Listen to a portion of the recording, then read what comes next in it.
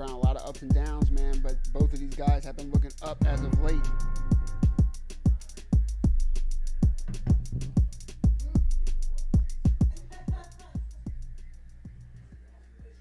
As we getting ready, let me turn that theme music off. I know y'all liking it.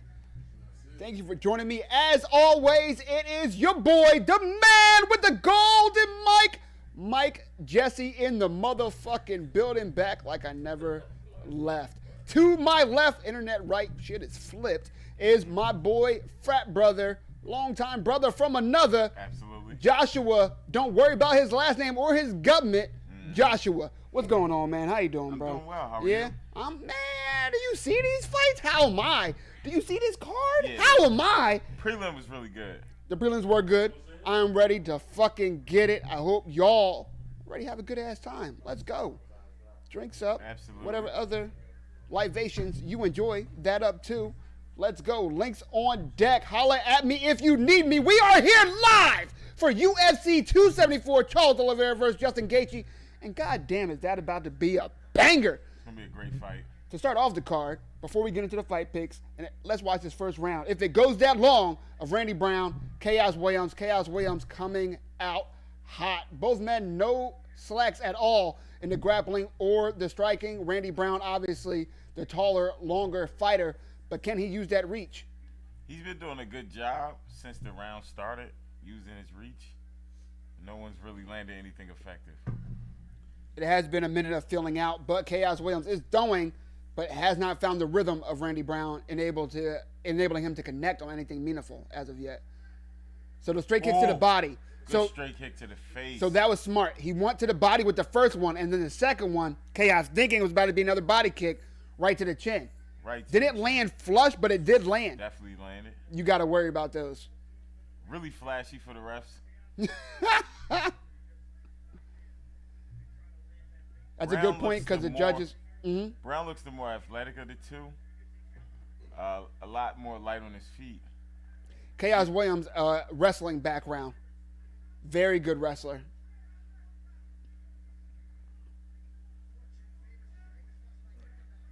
Oh, I think that was a headbutt that hurt him.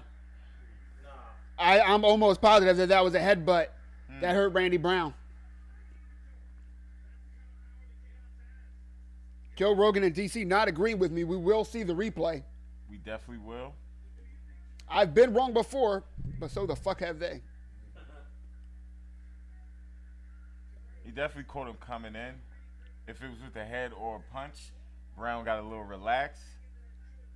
He definitely was standing tall as well. Very tall. See the Vegeta on Vegeta? You know what I mean? Vegeta. Come on now. Y'all know what it is. Come on. We out here. Let me transform my motherfucker. You feel me? I'm trying to be civil tonight. Craig Brown's able to get up. Nice leg kick. I mean, that's good and bad for Randy Brown. Chaos wasn't landing anything significant on the ground, so maybe Randy Brown had time to, get his wits back about him. But also, it's a good sign that Chaos Williams wasn't able to get him in a dominant position on the ground, which is a worry against anyone fighting Chaos. Williams is really loading up. From the first minute, man. From the first minute.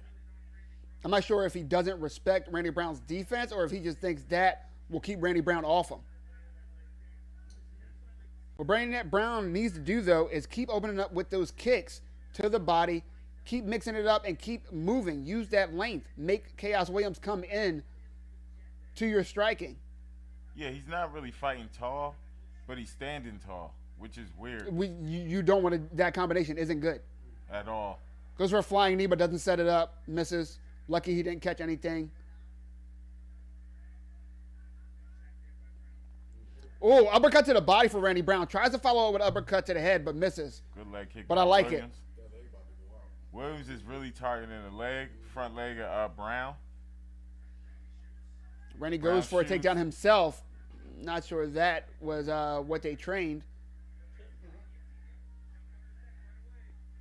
Now, this is interesting. He's working the guillotine. I don't know if that left arm's under the chin of Chaos, but he does land a knee and another knee. Chaos Williams doesn't like that at all. Oh.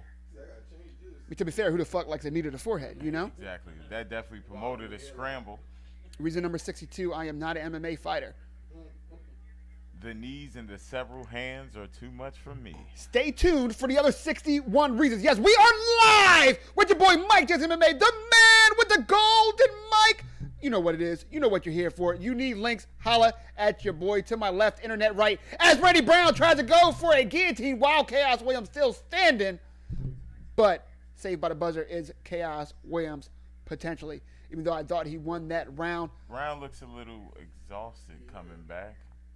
Not good body language from the man, Randy Brown. Not at all. Spirit doesn't look broken, but he looks tired. Chaos Williams looks like he's willing to live up to his first name. He has brought all the chaos from the opening horn, I will say that. It definitely nice was right a hand. punch.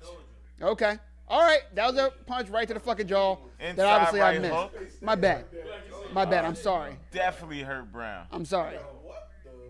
I was wrong, everybody in the internet. The look after the punch Yeah, he looked didn't like it that. came from his father. He didn't like Shut up. That's how he looked at it. Like, wow. Josh is like, really I know his childhood was not good. Wasn't pleasant at all. I seen it in his eyes. Round 2 of the first of 5 fights on the main card, UFC 274, Charles Oliveira versus Justin Gaethje. Yes, it's your boy, Mike Just MMA. Oh, out good here right like he hand. never Good right left. hand by Brown. Here we go. Good right hand. Leg kick. Chaos is. Oof. Randy Brown opening it up now, feeling a little bit more comfortable. I don't know what he did in the corner. Yes, he just did a martial arts hand movement. Is that your professional opinion, Josh? Professional opinion, in the middle of the fight, he's joking around. That's what got him in trouble in the first round. Brown switching from south to orthodox. Randy Brown looks more comfortable and more active. Yes. This is what I want to see. Maybe not the shenanigans as Josh mentioned, but I do want his value to be like times 5 what we saw in the last round. That if Chaos Williams gets 2 more rounds of that Randy Brown, he wins this fight easy. He's definitely using his length a lot better. That was a nice Lot right more hand, but volume. Chaos landed with a nice little check hook.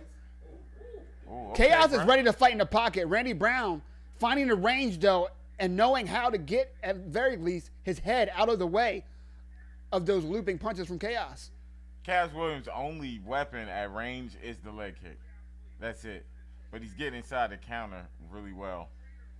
And what sucks for Chaos is he has to also worry about going for that takedown without setting it up, because the Brazilian Jiu-Jitsu of Randy Brown is no joke. He is not a slouch.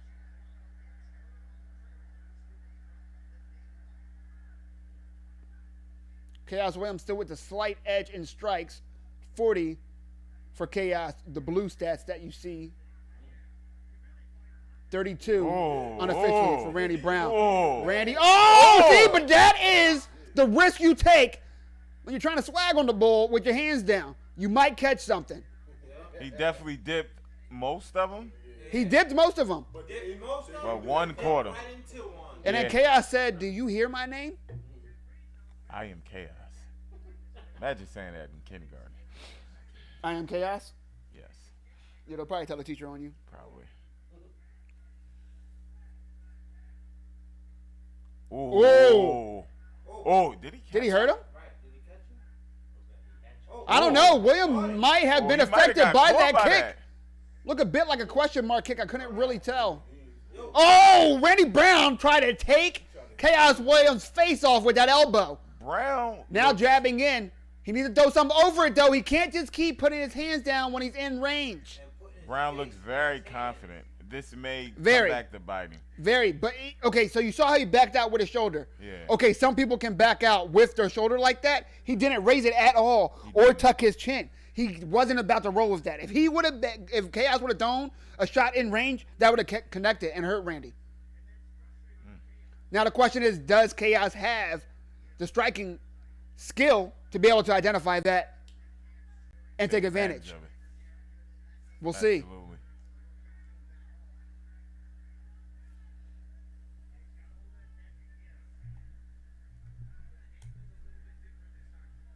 Brown has the neck again. Not anymore.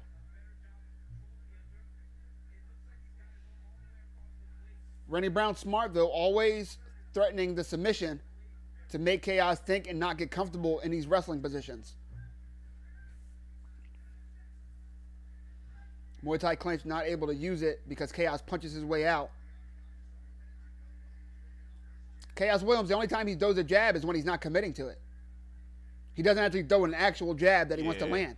Maybe he's just trying to find a range, but...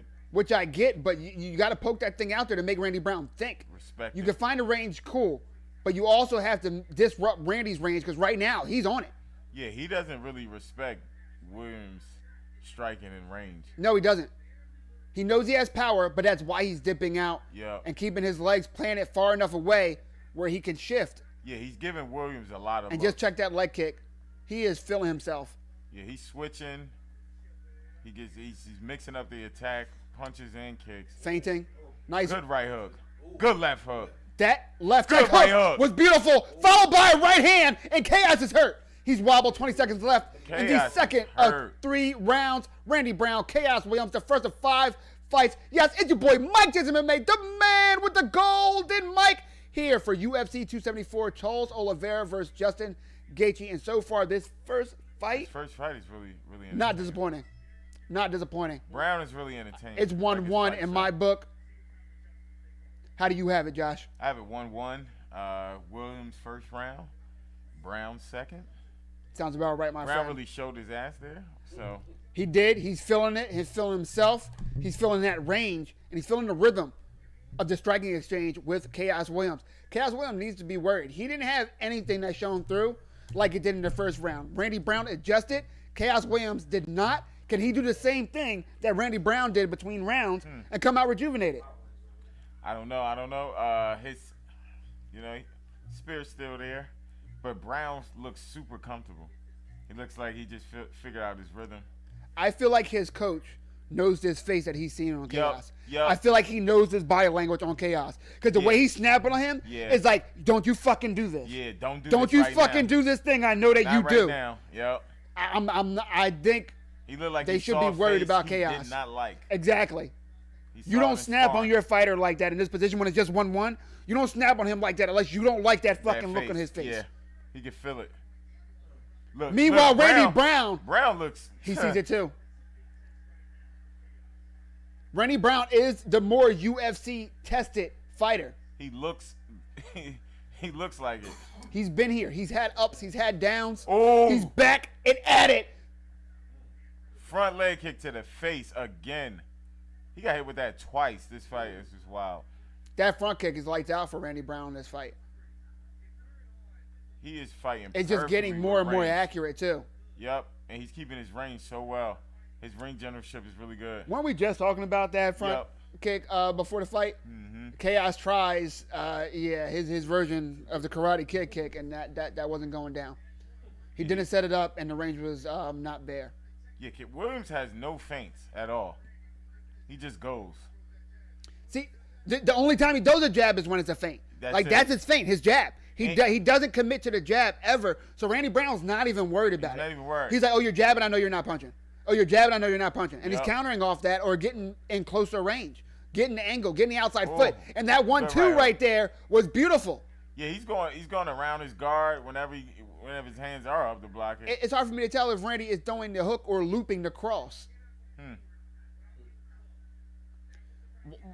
Watch when he throws it after the jab from the orthodox stance. Oh, that's a right hook. Oh! Chaos still in this fight. He's still throwing, but Randy Brown is all over him. And again, mixing it up. Is smacking him in the face. Literally Smacking him around the ring. This is not hyperbole. He opened his hand, and he said, I smack you. Yeah, he looks the stronger of the two. Shout out to my fellow South Park fans. Nice, and look, that time a side kick to the body, just to push him off, just to keep him thinking. Another thing to worry about now in the tool bag of So we talk a lot about stance switching, Josh, right? Yeah. So he's switching his stance. His defense isn't as crisp, but what is his fucking feet. His feet are so much quicker than Williams. Oh! And as soon as he plants his feet, Soon as we talk, he eats a right hand, he and eats now a right and gets dropped. Randy Brown's on his back in a round that he was winning, but Chaos Williams has a lot of time here. And this is his bread and butter, being on top of guys and breaking their will. That's what Chaos Williams wants to do. I knew that joking around would get Brown in trouble, I'm telling you. and it got him dropped. Randy But he Brown gets able up. to get up. There we go. He gets up. There we go. Oh, Nice good cross. right hook. I'm telling you, bro, I think it's a cross. It's a looping cross. Oh, no, that's a hook. Good hook. Every time I say that's a cross, he does a hook. Yeah, I promise you.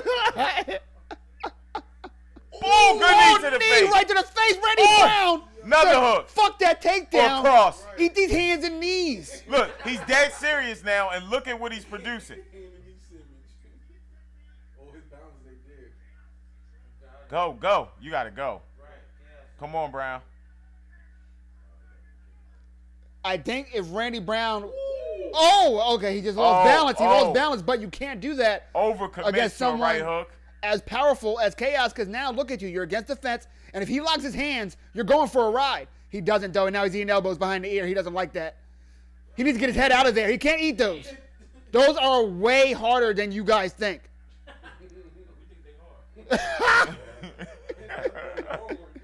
People at home like, who the fuck said they're not hard? Fuck you, Mike Jesse. You don't know shit. It's your golden mic. Sharp-ass elbows. Brown might have gave this. Oh, lead elbow. That hurt Chaos. Chaos Williams. landed as well, but that elbow hurt him. Oh. Spinning back fist, just to keep him off him. That's the first 1-2 that I saw from Chaos Williams all fight. I don't think Chaos stole this round. No. But he almost did. He almost, but He had so. This is why, but before Randy Brown got caught, I was going to say that instead of just winning the fight by decision, he needs to make a statement because this is a deep division, right? And then Chaos tried to steal the fight. Randy Brown responded with fuck all of that. Yeah. And that's what you want to see. That's the definitely- exclamation point. he It wasn't what I definitely thought, the aggressive, like, oh, I'm just going to eat you up. But coming back from that little adversity, that's what you want to see from a fucking young yeah, he contender. overcame that. Yeah, that is It's a lot of mutual the end of the respect fight, between and the two. goddamn, that was a good fight. If you need links, speak up, holla at me if you feel me. Yes, it's your boy. Guess who? Good Mike shot. Gizem MMA, the man with the golden mic, and that was a great goddamn fight. Oh. Co-hosting here is my boy Josh. Don't ask his government, Joshua. How you doing, Josh? What's going on? Doing well. What This it does? This first fight was amazing. Yes, sir. Chaos Williams. Oh, look at that! See, look, Oh, he that tried to was a good flick. shot. It's a good It's- shot. you know what would have stopped that, Josh? Jabbing instead of flicking his fucking, like trying to Yeah, smack him. He tried to smack backhand him, show off, swag on him. But if that would have a jab, Chaos would have been too off balance Too off to hit balance. him with that shot in that spot. A lot You of can't people- flick your hand A out, lot man. of people use the flicking of the hand to disturb the distance from their opponent. So, you know, it looks like he can hit you from farther. Hard to tell when you're in the ring, but, you know, that got him in trouble on that end. Because the problem is, what happens is that guy doesn't bite. He doesn't. If he doesn't bite, he knows exactly where you are. Absolutely. He's been fighting you this whole time. Your hand is in his face. He knows exactly where your face is when your hand is in his face. You know what I mean? Absolutely. How Yeah, I did you wish that score was that 5 one? rounds. You know it's a wild start to the pay-per-view when motherfuckers say, I wish that was 5 rounds. Yeah. That's what I'm talking about. I got a 2-1 Brown. Ditto. But a good fight. Very Nonetheless. Good fight. Very good fight. It definitely should have been 5 rounds. You never know. Maybe down the line, a rematch is a main event for 5 rounds. 29-28. It is a split decision.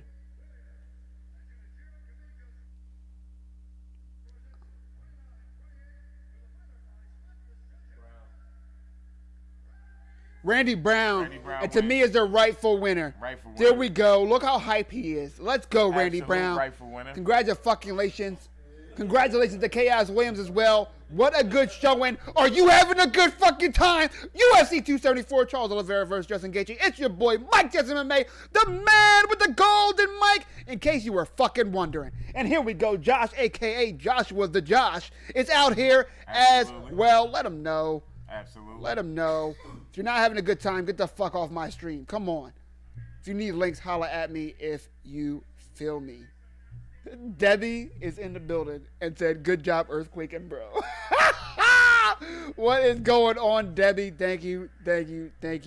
Appreciate the support. Having a good time, and I hope you are too. Zai says, yerp. My response is, yerp. You know what I mean? Josh, my boy Sean also says, yerp, in which case I respond, guess what?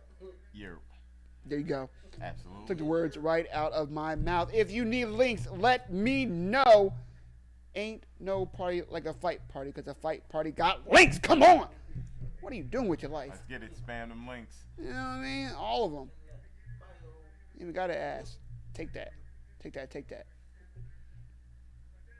And a pop-up blocker strong enough to block Mike Jesse MMA. The man with the golden mic. I wasn't planning that, but I have to. You know what I mean? It's like the thing. Absolutely. You know? Let me listen to what Randy Brown has to say. Let me set up the stats for the next fight. And let's fucking go. Come on. Have fun, relax, kick back, grab a beer. You know what I mean? Cheers, you know? Absolutely. You know what, Josh? When I'm having a hard day, I go into the fridge, and what do? I pop a Yingling traditional lager, because it makes me feel great and refreshed at the end of a busy day of working my ass off for the man. Absolutely. Yingling. It's the only lager. Pay me my money, Yingling. I charge mad bread for that shit, too. Yo, oh my God. You know what I mean? You don't need a contract to get paid out here. Really you just do the shit and send them the bill. That's how the world works, young generation. We just need in cash. What are we on, Gen Z, Gen AA? We're on some stupid shit, right? It's like Gen XX. It's Gen something, right? Gen XXX. Gen, you don't know how hard our life been. You know what I mean? Gen, you don't know where we came from. Gen, if you don't want links, it doesn't matter. You're on the wrong site. I got you. Absolutely. You know what I mean? Jen never had to walk in the snow for 4 miles to go to school. Apparently, that's what all of us had to do. Jamal Hill, monster performance. His last fight out. Chuck Liddell, the legend. The primitive fighter. Yo, crazy story about Chuck Liddell. Most people think he was came in as a striker, right? Lies. He was a college wrestler and was a damn good college wrestler. UFC was young back in the day. When he got signed, they said, if you go for a takedown, you will never fight in the UFC again. Wow. So he went out there, struck, knocked the dude out, say no more, 205-pound UFC champion of the world, Craig, with them hands and feet. With them hands and foot. I don't think I can remember him ever going for a takedown. When I heard that, I was like, you lying. That's how I felt. Crazy. Whoever told me that, ESPN, FX back then, Spike, whoever said it. So he's better than what he showed. He's way more well-rounded than what he showed. Yes. But that's the thing, too. Justin Gaethje, All-American. Wow. All-American collegiate wrestler. I've never seen him go for a takedown in his career. And I've been following that man's career for about 7 years. Never. But guess what I have seen? Motherfuckers try to take him down, sprawl, hips down, glued to the fucking ground. Monster defensively wrestling. He probably could be a monster too if he actually uses wrestling. He said it takes too much energy, it's not exciting, and he gonna win this fight with these hands. That's how he feels. And I mean, who can argue with you when you're fighting for the goddamn title in one of the deepest and probably the most entertaining division in the UFC? In the world, Craig. In the world. Top flight. Thank you for getting that reference, Josh. I appreciate you, man. Come on. These kids are too young these days. They don't know. They don't know shit. Alessandra. Bro, you should hear the interactions with me and my little brother. I be fucking with him so much, yo. Every time he'd be like, yeah, man, that was kind of difficult. Like, difficult? When was you born? Like, you go through the 90s, little motherfucker. Bro, like, you got the internet, bro. GPS, Like, we had to use maps. Not only did you have to print out MapQuest, Yeah. but if you were on the internet on MapQuest and someone called you at the time, you was kicked off the internet. Yep. That's how that shit worked. Kids, they're like, why would they do that? The You had to internet and the print phone's it. not the same. It used to be. It used to be exact same. We used to get internet on a free AOL disc. You know what I mean? Like when the trial was over. Internet over. I You ain't got remember internet that. no more. I remember that, yeah. You know? Go back to playing party. Dial up. Yeah. They don't know about LimeWire. you Yo, know? they don't, bro. I don't know about that. They don't. All the viruses. All of them. Your mom be like, what happened to the computer? And you be like, I don't know. That's crazy. Download No all idea type what of happened. stuff. You know exactly why. Because you got big booty vixens all over your Going computer. on. That's why. Special- That's why, buddy. special People like, no, site. that's not why. Man, Titanic didn't have no viruses. No one Exactly. put a virus on the movie Titanic. You No. understand? Y'all know what y'all was doing. Come on, man. By the way, I don't on. know if you guys knew, but we are live for UFC 274. Charles Oliveira versus Justin Gaethje. It's your boy, yes, Mike Jesse MMA, the man with the golden mic. Absolutely. Back at it like a crack addict in the 80s. To my left, internet right, is Josh. Don't ask my government, Joshua. And we're having a good ass time if you can't tell. Hope you are too. Let's go as we get ready for the second fight. The crack addicts in the 80s Uh-huh. were always back at it. They were always back at it They were. for a while. Yes. Some made it to the 2000s. Some of them are known for being back at it. At it, yeah. Specifically. Yeah, I'm not going to do name drops, but if Yeah. you're watching. You know who you are. Shit. Just glad you're able to watch. Second fight. They're like, coming yeah, up. I'm watching, but I only got a certain amount of time. I'm about to get some crack. Just know I'll be up for the next fight. Or, there you go. Addiction is real, guys, and if you got it, get help. But jokes are jokes. What's not funny, Josh, is the Bruz are about to make a statement in Next this goddamn division. You know what I mean? OSP, yes, the Q-Dog himself from Texas, bark, bark.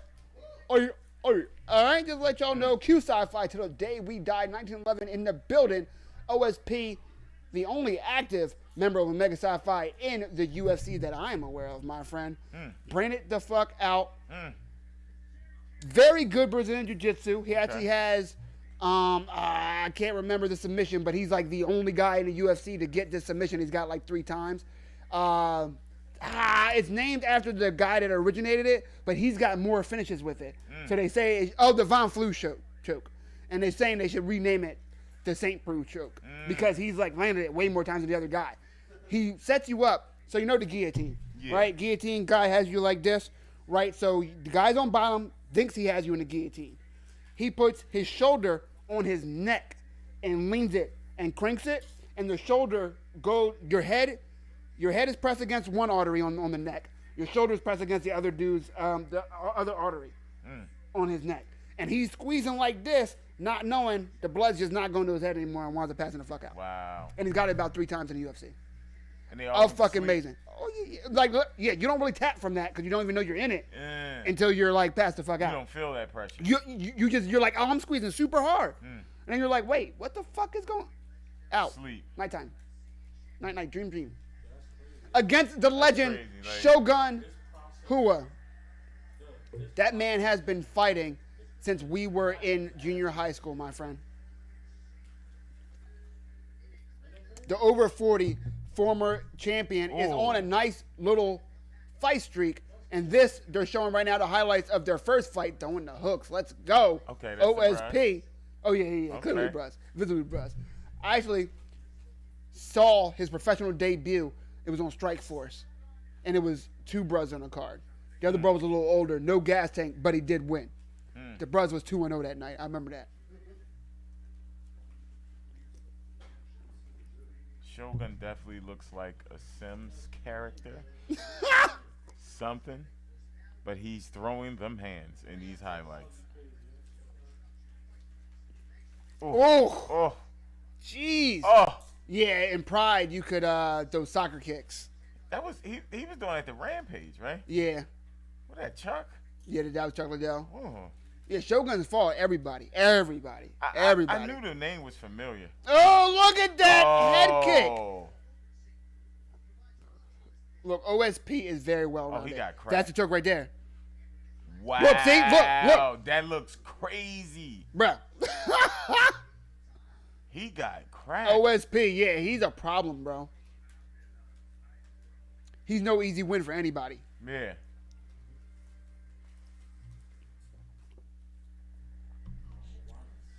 Whoever loses this fight, their hope for any type of top 15, top 10, anything is over. Whoever wins this fight doesn't get like rocketed into the division, but they are still alive in the division. Yeah. And in light heavyweight, it's not hard.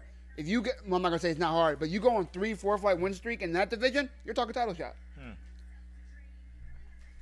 You don't see a lot of long win streaks in that title shot, in that title picture at all. No dominant players, really. Yeah, it's really, since John Jones left, it's just a pick 'em.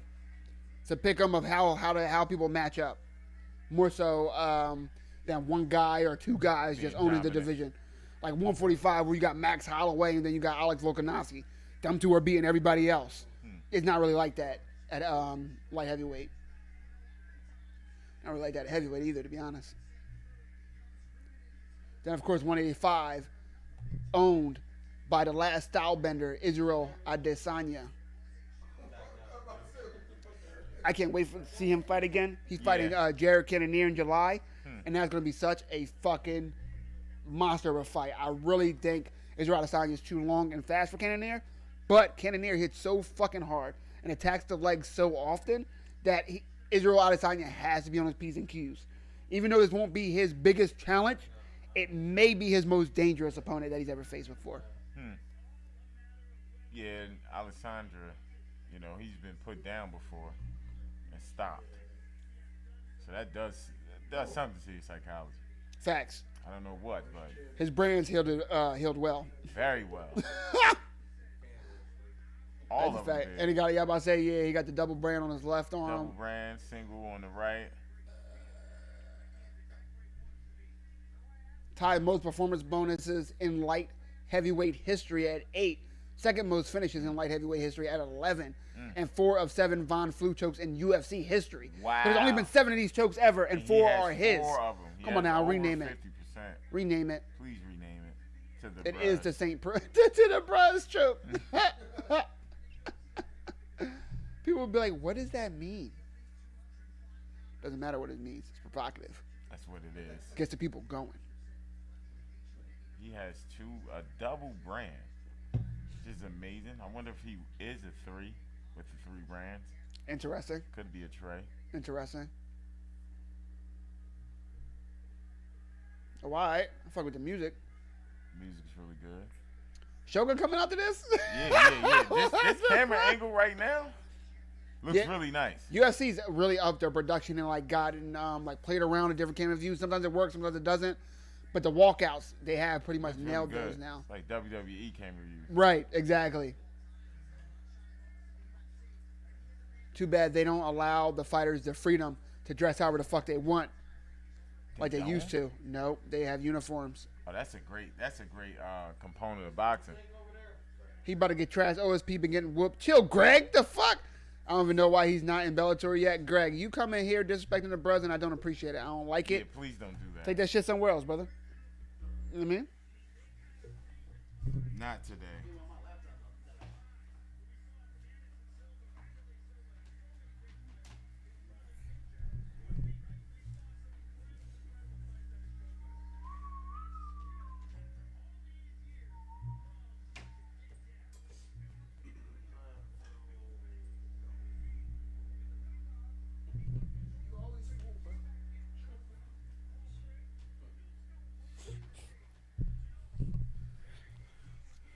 All right, I'm back. Had to get my charger. Relax.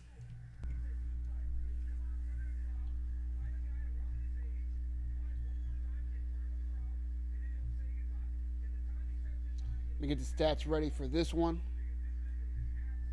Shogun definitely looks older. I mean, yeah. For sure. Like, both men coming off losses. The fight in the prelim, that guy didn't look old. He was in 43.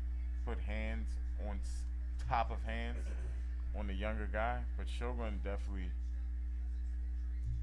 looks looks concerning to me. I mean, it's always a concern when you got people in their 40s in the UFC, but at the end of the day, Wait a OSP, minute. yeah, I was about to say OSP is no spring chicken He's himself. 39. Yeah, man. Oh, this is gonna be a great fight.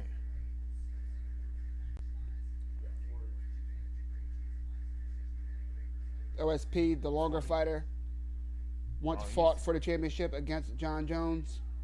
He's had a bunch of fights too. Bruce Buffer's suit is just Always, immaculate. always. He plays no games when it comes to that wardrobe. Let's go, bruh. The Haitian bros. Stop, I say. Mabule!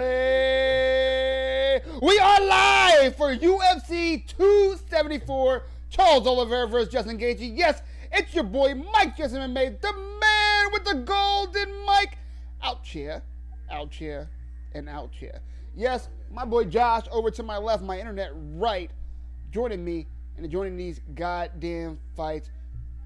Yes, we're drinking. Yes, we're under an influence. Yes, these fights are wild. Yes, we're fucking ready. Are you having a good time? If not, take your ass somewhere else, please, and thank you. If you need links, let me know. Closed mouths don't get fed. I repeat, closed mouths do not get fed. Josh, let's go. Are you ready? I'm absolutely Come ready for on. this one. Come on. Let's go. Hope the bruh show out like we're trained to do. Same. Even though our LB, Greg, is over there hating, Greg. Why are you such a hater, dog? I don't even know why he's not in Bellator yet. Oh, yeah, I already read the The Greg, referee come looks on, like man. he could fight. Who's the referee on this one? I don't know. Oh, word. He looks like, He's good. He can get it with both of them. Get these stats ready. Good front leg Blue kick. is OSP, red is Shogun. Yeah, I heard it was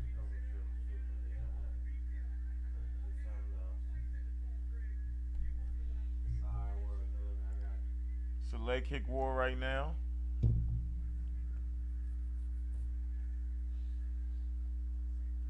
OSP does have finishes using his kicks.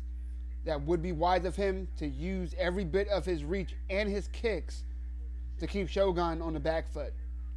You don't want to let Shogun blitz. That's his game. Blitz, dirty boxing, Muay Thai, possibly get a takedown, work the ground and pound. Does have submissions as well. Both men well-rounded, but OSP doesn't want to be on his back foot against Shogun Rua. Too much experience finishing people like that. And right now, OSP just filling that range with those kicks, mixing it up to the body and head. You see OSP try to blitz in, and what does Shogun do? Hold his ground and throw.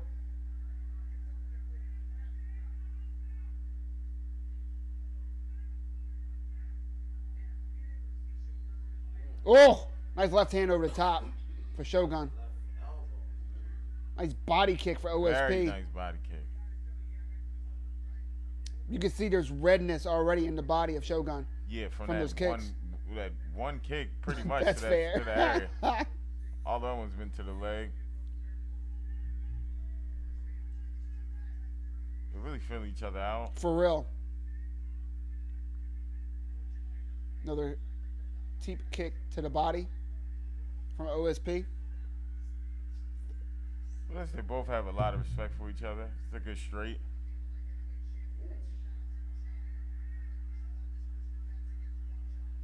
OSP, when Shogun was blitzing, was holding his arms out to keep him away.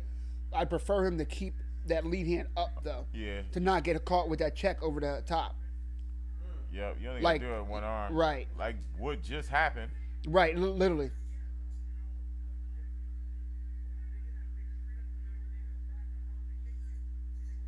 Another good body kick from OSP. Both men willing to fight in the kickboxing range, though.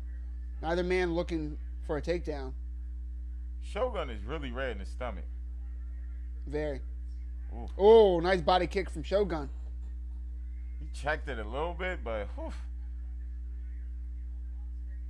OSP is constantly touching Shogun, though. Yeah. He's Almost not all letting him around. rest, not letting him get comfortable. Shogun is winning these exchanges. Because no return fire from OSP. On those blitzes, right? Yeah, Shogun's really didn't land anything much, but I think OSP, when those blitzes come in, his game plan looks to be get the fuck out the way. yeah, just back up, use your feet. Not counter, not make him regret it, not anything like that. Just get the fuck out the way. And once it stops, then you start back up again. Yeah, he may believe he's faster than him. I don't know if that's... component. I think even mixing in a jab or a cross when that blitz comes in might be worth it just to have Shogun respect you and not want to blitz as often. Oh, those kicks to the body, man. Are really affecting Shogun. They sound like shotguns on Shogun. Believe it or not, Shogun is winning the striking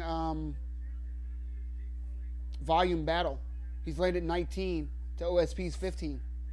I do think that 15 from OSP have been more effective. Agreed.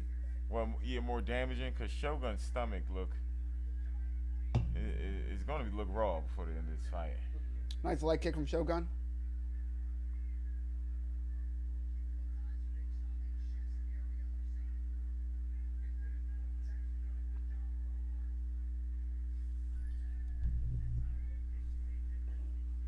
Yeah, they will.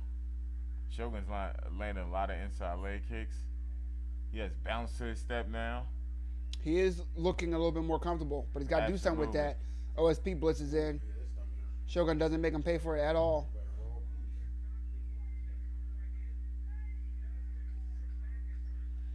OSP can be a very slow starter, but he's looking pretty good this fight thus far.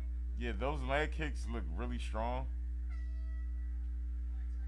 OSP, a lot of those fights where he gets those submission wins, he's losing first. Like I used to literally tear my hair out watching his career, man. He would just, I don't know. He'd just be lackadaisical. Stuff would happen, and then he'd just get into a position and then win. I'm like, what the fuck is going on? Midsection is very red. Very red. I give that round to OSP, though it was close. How do you have it? I had OSP winning this. Like, there's a lot of activity from Shogun, but he really didn't land anything that made me say, wow. A couple leg kicks from OSP were noticeably damaging to Shogun's midsection. For sure. He's definitely attacking the body early and often. That seems to be his game plan. Yeah. Keep range, keep those kicks dangerous, and keep attacking the body of the slightly older, but definitely more shop-worn Shogun Hua. He buckled Shogun too with one of those body shots. Pushing him off balance repeatedly.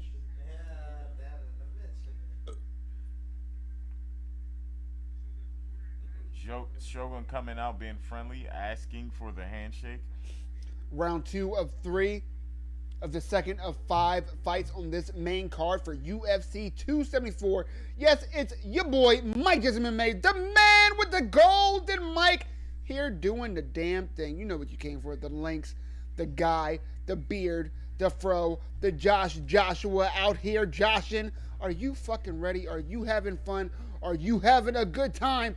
If not, what the fuck are you doing with your life, buddy? Get your shit together. You know what I mean? You feel me? That's my advice for you fucks. OSP's really gone. I mean, from this point, his whole offensive attack has just been leg kicks to the body and to the legs and to the head. He's kicking everywhere. No punches, though. Yeah, he's not. I'm thinking he doesn't want to put himself in danger with having a boxing range exchange, like overtly boxing range exchanging in this fight with him. He wants to pick and choose when he's going to box, which seems to be maybe 10% of this fight. He wants to keep him not at the end of his punches, but at the end of those kicks. The end of those kicks, yeah. He's doing a variety of kicks, front, leg kicks, up to the head, to the body, clearly. That deep kick to the solar plex, man, that doesn't feel great. Oh, yeah. Shogun's been catching him like here and there when he has a chance, but he rarely has a chance. Right, because he's always moving because these kicks are nonstop. Yeah. If OSP can keep this pace, Shogun has very, very, very little chance to catch him.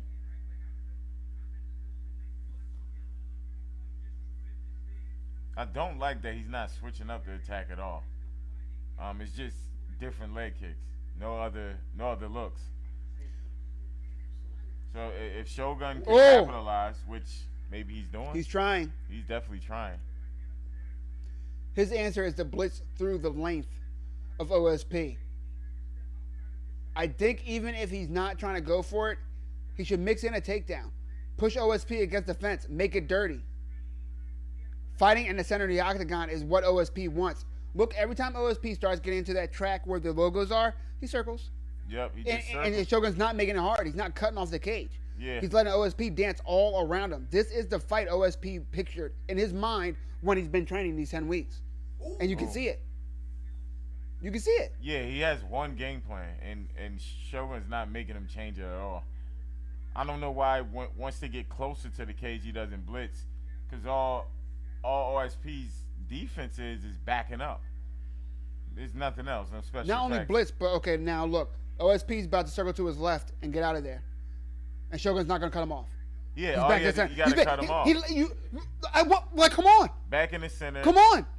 You can't let him circle like that to your power side. Yeah. OSP circle to the left. To the power hand of Shogun. And Shogun fucking let him. He backed Just up. let him go. What are you talking about? You know what I mean? Like, you're saying, why doesn't he blitz? Why does he also let him the fuck back to the center of the octagon? Absolutely. Where you worked to get him to the side. You Maybe. worked to get him there. Now, look, you worked to get him there again. Are you going to cut him off? No. You backed up with them. OSP threw a cross, but he didn't have to, because when he goes forward, what does Shogun do? He backs up. I don't think he's landed anything I don't remember him landing anything besides a leg kick. Shogun's really struggling. Whoa. Y'all got Gaethje or Oliveira. I have Oliveira for this one, my guy Jacob. Thank you for joining me. I appreciate it. I have Oliveira in the main event. I think Oliveira and Justin Gaethje is just about as close to a pick'em as you can get in the 155-pound division. But here's how I think it's going to go, Josh. Justin Gaethje is not only a wild man, but he's technical as fuck with that coach, Trevor Whitman. I showed you the video a little bit, the cool, calm collectiveness of Trevor Whitman, and the skill and the maturation of Justin Gaethje since joining Justin Whitman. Justin Gaethje is still chaos in a biscuit. All right? Yeah. He is still a fucking boulder rolling down a mountain. But he has a rhythm to it now. He has an idea of when all that madness is going to be unleashed. Now, you hear me gassing up Justin Gaethje, and I just said I picked Oliveira. Why? Because Oliveira can take all that shit and some for reasons unfucking known. What happened in Charles Oliveira against Michael Chandler for the vacant title? Charles Oliveira persevered. He got his ass whooped at the end of the first round. Yeah. What happened in the first 30 fucking seconds of round 2? Charles Oliveira, forward, aggressive, diverse striking, puts Michael Chandler on the back foot and chasing him down. Left hook, left fucking hook. He had him ice skates. Relentless. Also, the knees for Justin Gaethje come straight down the pike, and they come often. He sets them up. He does not throw them naked unless he throws them so to push you back to the fence where he wants you so he can land them elbows.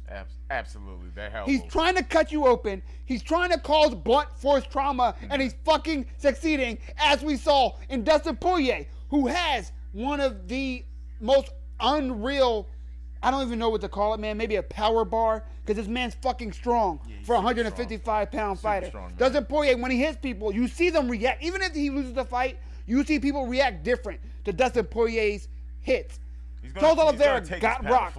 And then what did he do? Standing rear naked choke because he is goddamn Phil the Bronx. He is Charles Oliveira. Charles Oliveira has shown that the maturation, the win streak that he's on. I'm talking about coming over Tony Ferguson, Michael Chandler, and Dustin Poirier in his last few fights. He is an animal. He is very, very diverse, and he can persevere through seemingly any type of fucking damage. I'm not saying Justin Gaethje can't finish motherfuckers like no other, but I'm saying if he can eat these hits from Chandler, and he can eat these hits from Poirier. There's nothing for me to believe that he can't eat these hits from Justin Gaethje and eventually put Justin Gaethje in a position that has him either tapping out or getting TKO'd. So I have Charles Oliveira, and I hope that answered your goddamn question, Jacob. I hope you are all having a good motherfucking time, because guess what? We are live for UFC 234, Charles Oliveira versus Justin Gaethje. Yes, it's your boy, Mike Jesse MMA, the man with the golden mic. If you don't know, fucking ask somebody. To my left, the internet right, is Josh. Don't ask his government, Joshua, out here joshing in all his Joshness. Josh, tell them how you feeling, what you're doing, and what the fuck is going on tonight, man. Come on now. Let's go. Feeling good. Let's go. Feeling good. Great card. Are you? Is it a good card? Absolutely. Is this a good fucking fight? Phenomenal. Are you having a good time? The Bros are winning. Let's fucking go! Absolutely. I don't know, man. It might be 1-1. You don't think Shogun did a little bit of enough to win that second round? It was close.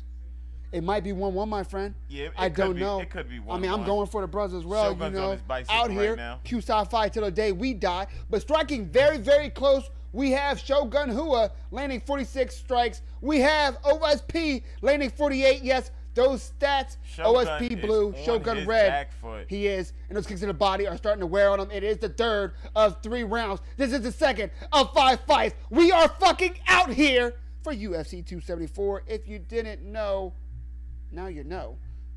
I can't say the other word because it might offend some of the motherfuckers. You know what I mean? But I can't say motherfucker. That's cool though. You can't Ain't say that that. wild that I can say motherfucker and I can't say? You know, Uh-huh. let's fucking go. Come on now. Mm-hmm. Come on, man. They thought they caught me slipping. They crazy. They thought wrong. OSP getting whooped. What are you watching? Oh, who said that? I have Oliveira too. Word. Greg out here hating the Yeah. bros. I don't know. He just doesn't why. like the purple and gold.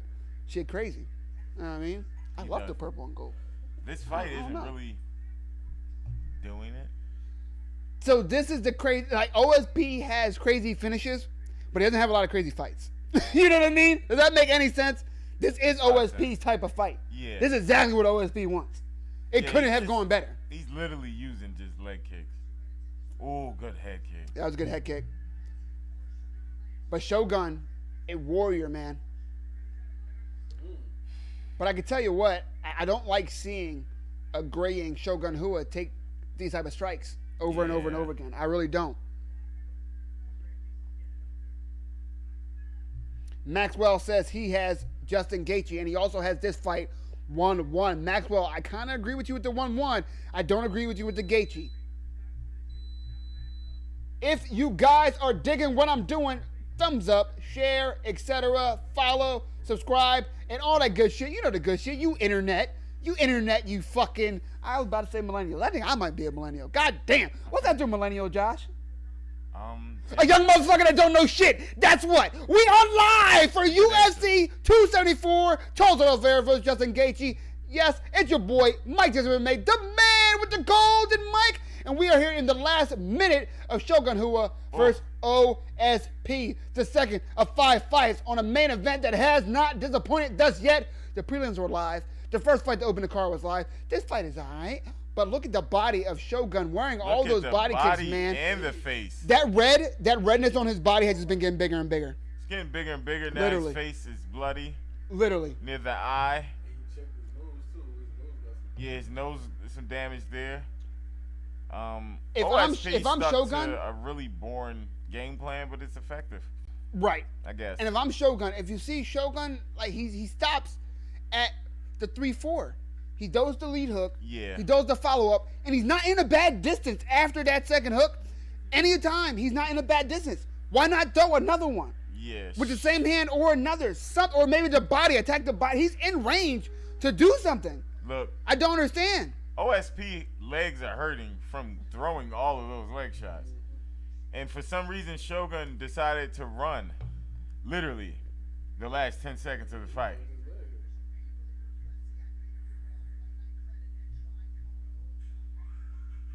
If you need links, holla at me. If you feel me, closed mouths don't get fed. But I do have links on DizX, my guys. Come on now. And if that link doesn't work, let me know. I got alternates. Come on, man. It's like fucking. Right there. So see, like that second hook, like he's been in at a good distance, but he stops. He stops after that, and that was his problem this fight. And the old Shogun Rua, I'm not sure he stops on that third.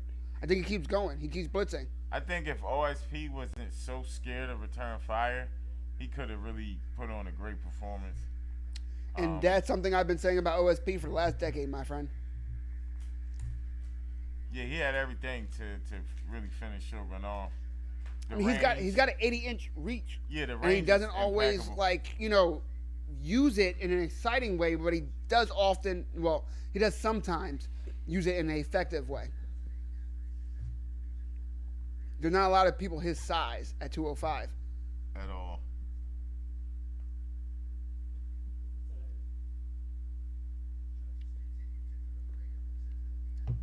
The judges are having a tough time. What is going on? They're powwowing about something. Who do you guys have for this fight? Let me know. Speak up. Right. It's a hard fight to score, but I do give it to OSP. 2-1. I give it to OSP, man, but I'm not gonna lie to you. I would not be surprised. Me either. I wouldn't be surprised because it depends on what you like with this fight. Because OSP won. Pretty sure that's why they're booing. Okay, looks like a split decision. The judges are on the fence as well. Oh, 30-27. That's definitely OSP because he clearly won the first one. Yeah. Shogun cannot believe it. I don't know why, but as soon as he turned 30-27, he should have known it wasn't him. Yeah, I don't understand how Shogun doesn't believe that. I guess he's coming around.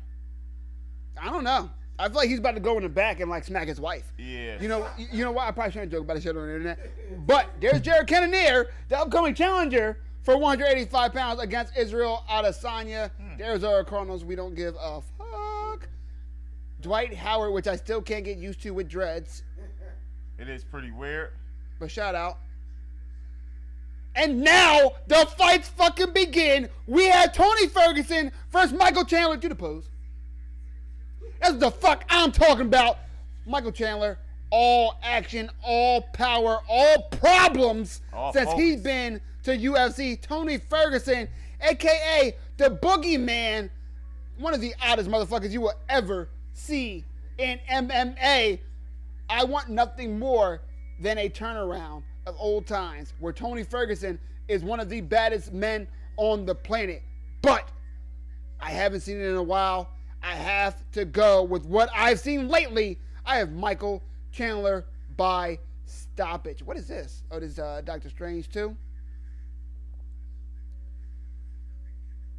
Everybody's doing a multiverse now? Is that the thing?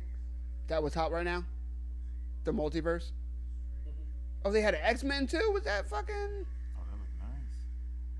They might have me with the X-Men crossover. Did y'all see that? The Professor X? Y'all seen it? I seen it. I want Ferguson to win, but I think Chandler takes it. Maxwell, we are on the same page. Again, other than Gaethje. We are on the same motherfucking page. I would love for Tony Ferguson to get a win. That guy really, really deserved a lot more. It's hard to say he deserved more opportunity because he got the opportunities. He's got injured at really inopportune times and had weird things happen at inopportune times. But I would like to see him win. But Chandler, man, he's just been in every single fight. Even if he's lost, he's been a problem for everybody. And I can't imagine him not being a problem for Tony Ferguson. Tony Ferguson, on this losing streak, I don't know if he has it in him to persevere like the people who have persevered through it. Yeah. Which is only Justin Gaethje and Charles Oliveira. These guys are next level. Oh, you just heard me singing their praises. Yeah. I don't know if Tony Ferguson has that gear. Event. Exactly. I don't know if he has that gear left anymore. Did he have it before? Of course. Anyone watching now that's like, is he fucking double guessing Tony Ferguson's tank? Like, no, come on now.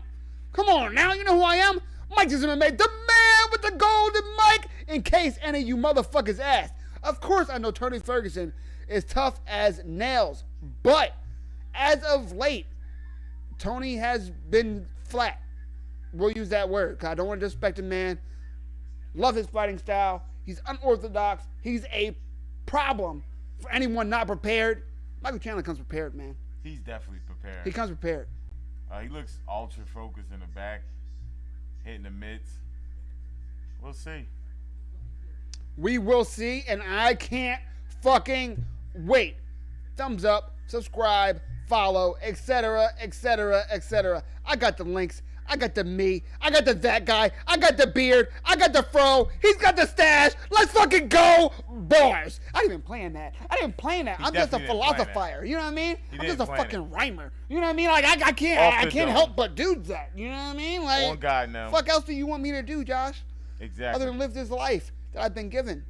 You know what I mean? Your channel looks very athletic. People gotta be checking out. What the fuck is he talking about? Blame it on the Yingling. You know what I mean? Yingling, get it in a store near you. Someone tag Yingling so they can pay me fucking finally. You know what I mean? In I'm cash. gonna live for free. Like fuck that. In cash. Cash only. Cash Only. I'm not trusting Yingling to write me a check. Not at all. Fuck that. I mean, who the fuck did the That's the course? cashier's check. You know, like That's about it. Nobody buy Yingling. If it's a cashier's, then cool. Mm-hmm. Always accept the cashier's check. You know what I mean? Right, next fight coming up. Let's go. Somebody coming out to something hitting. I like the blue light. All Sets right. the mood. Wish I could turn the TV up without getting banned from YouTube, but hey, that's the internet. Yeah, they have their rules. That's literally the fucking internet, bro. Dog, I got banned 90 days from my first channel. This isn't my first channel. This is my second channel. My first channel got banned for 90 days because I had in one of these little like spots where I got the stats at, I had a press conference. Oh no, the weigh-ins. I had the weigh-ins in one of these squares. I had the weigh-ins and they banned me. 90 days. They said it was copywritten. Banned me for 90 days. From first strike? That's crazy. First strike. I had no idea. I had just got started. I was young. I was spry. I was excited. I was like, hey, I'm going to do a companion for the motherfucking weigh-in. That'd be cool. UFC should love this. They did not. They didn't. They did not. No. They called the popo on me. You better watch this. And the popo whipped my internet ass. You know what I mean? 90 days. I got solitary internet God. confinement. That's why I was like, yo, I ain't got 90 days. I just started. Yeah. You know what I mean? Like, I hadn't been active for 90 days. They were banning me for longer than I had a channel for. I was like, I guess I'll start a new channel. You want to send me to the hole? Like, yo, exactly. Like, come on, man. Come on, CO. Like, what the fuck? UFC security guards look very prepared. Mm-hmm. Guess they hired some new guys since that Khabib fiasco. Word. That's great. And you never safer than the fat guard in Vegas. The Never. fat black dude, gray hair, gray little goatee. Yeah. He's been there He's ready. for the last like 30 years. Absolutely. And he's looked exactly the same. He's had gray hair since he was like 40. His ID picture is the same. He hasn't aged a bit. His license never expires. Since 1996. Yeah, for sure. For sure. Ferguson looks in good shape. Shout out to him. Looks healthy. Looks strong. Discipline is never the problem for Tony Ferguson. That man has a next level focus. We're talking about a man who tore his ACL and was not training after a year, but in the octagon after a year. That's fucking amazing. And won. And won. Let me add that. And won. Gave it to Justin, to Anthony Pettis. I was about to call that man Justin Pettis. Who the fuck is Justin Pettis? Mike, you don't need no more Yingling. But what you do need is some more cracking. Let's go. Get it cracking. Get cracking from your liquor store. Wonder what he was doing a couple days before this. Said he has a tan. You don't see it? It's very distinct. I mean, Cinco de Mayo, you know what I mean? He's probably on the beach, chilling with, well, he can't have a margarita. Nah, maybe some tequila. You don't know. know. What I mean? You don't know. You don't. No, nobody's done. That's why I'm looking at it for insight for the future. Both men with 7 losses, 22 wins for Michael Chandler, the former Bellator champion. Man, I cannot tell you. Like, he's only been in the UFC for like 4 fights. Who? But Michael Chandler, right there, he was a long-time Bellator champion, one of the most decorated Bellator fighters ever in history. And for the last decade, everybody's been saying one thing. Is he good enough to be on top if he was in the UFC? And I think at the very least, the answer is maybe. I think he's proven that. His fight against Charles Oliveira, he almost ended him. Charles Oliveira is a champ. You heard me sing praises against him. Yeah. He wobbled Justin Gaethje. Justin Gaethje is champion level. You heard me heap praises on him. He ended Dan Hooker. He is very powerful. He's very athletic. He's very fast and explosive. In the blink of an eye, he can cover the ground of the octagon and put you on your ass. Now, what Tony Ferguson has going for him in this fight. Tony Ferguson is no slouch in the wrestling game. Michael Chandler is a good wrestler. Tony Ferguson isn't the guy you want to test your wrestling against because he will tire you the fuck out because his sprawls are outstanding. He was a collegiate wrestler, and he does have good takedowns of his own. Also, he threatens submissions when he's at his best, which has been a while since we've seen that. Threatens submission from his back. He has a lot of submissions to his name. He also has vicious elbows from the bottom. Kevin Lee, who was a young prospect at one point, fought Tony Ferguson for the interim championship when Khabib was injured. Kevin Lee was winning that fight, took Tony Ferguson down and said he got comfortable in the guard. He said, all right, I'm about to sit here and win this round. Tony Ferguson had other plans. Hit him with slashing elbows, opened it up, hurt him. And Kevin Lee says a reason why he lost that fight is that he wasn't prepared with how active and dangerous and damaging Tony Ferguson could have been off his back. A lot of people aren't, but the spot where you think you are safest, when Tony Ferguson is at his best, you are not. That is what he knows is what you're thinking too. That was the thing about Tony Ferguson. He was cerebral, and he was unorthodox, and he was funky in the sense that he would throw shit out of nowhere that you would not expect in ways that no one's teaching so that your training partners could not mimic what a Tony Ferguson fight was going to be like. So when you got in the octagon, you said, I understand why they call him the boogeyman. Not because he's the scariest motherfucker in the world, but because if you ask someone, if I ask you what the boogeyman looks like, you'll say one thing. If I ask Zai, he'll say another. If I ask Terrell, he'll say another. No one fucking knows, but he knows he's fucking horrific. They know he comes to fuck shit up. They know he's under the bed waiting. Look at this, though. A 5-inch reach advantage for Tony Ferguson. Tony Ferguson, though, likes to work in Muay Thai range. I'm talking elbows. I'm talking knees. Will he use a jab? Will he keep him on his back foot? Will he keep Chandler uncomfortable? Or will he try to make it a war, in which case I think is a bad idea, because Michael Chandler will just blitz through the, I don't want to say shell, but what's left of the crazy man, the boogeyman, Tony Ferguson. Yeah, that's Chandler the shit we're about to find out. Much of the better athlete from the looks. Athletically, Michael Chandler is probably like one of the best athletes, in the UFC, period. Yeah. He's been accused of steroids for years. Yeah, his lats look crazy. Yeah. They look a little steroidy. Look a little steroidy. Shut up. I'm not gonna lie. They are being tested, by the way, and we are going to say allegedly steroidy, okay? They Just look so we don't get allegedly sued. steroidy. Alrighty? You can Mike, say anything apparently you on the didn't internet see as long as the you say lats. allegedly. You I didn't see see him. that. I see him, bro. You didn't see him from the front. Man, he's not even posing. And he looks TTG. He's trained to go right now. He's ready. Yeah, he looks like he wants to rip The minus 320 favorite. ears off. He's the favorite? Oh, yeah, minus 320. Like I said, Tony Ferguson's on a bad run, man. Yeah. Bad run. And that's crazy to say because Michael Chandler's coming off a couple losses too, but they're not the same. They were good losses. Yeah, exactly. Yeah. Exactly. They're not the same. They're not the same.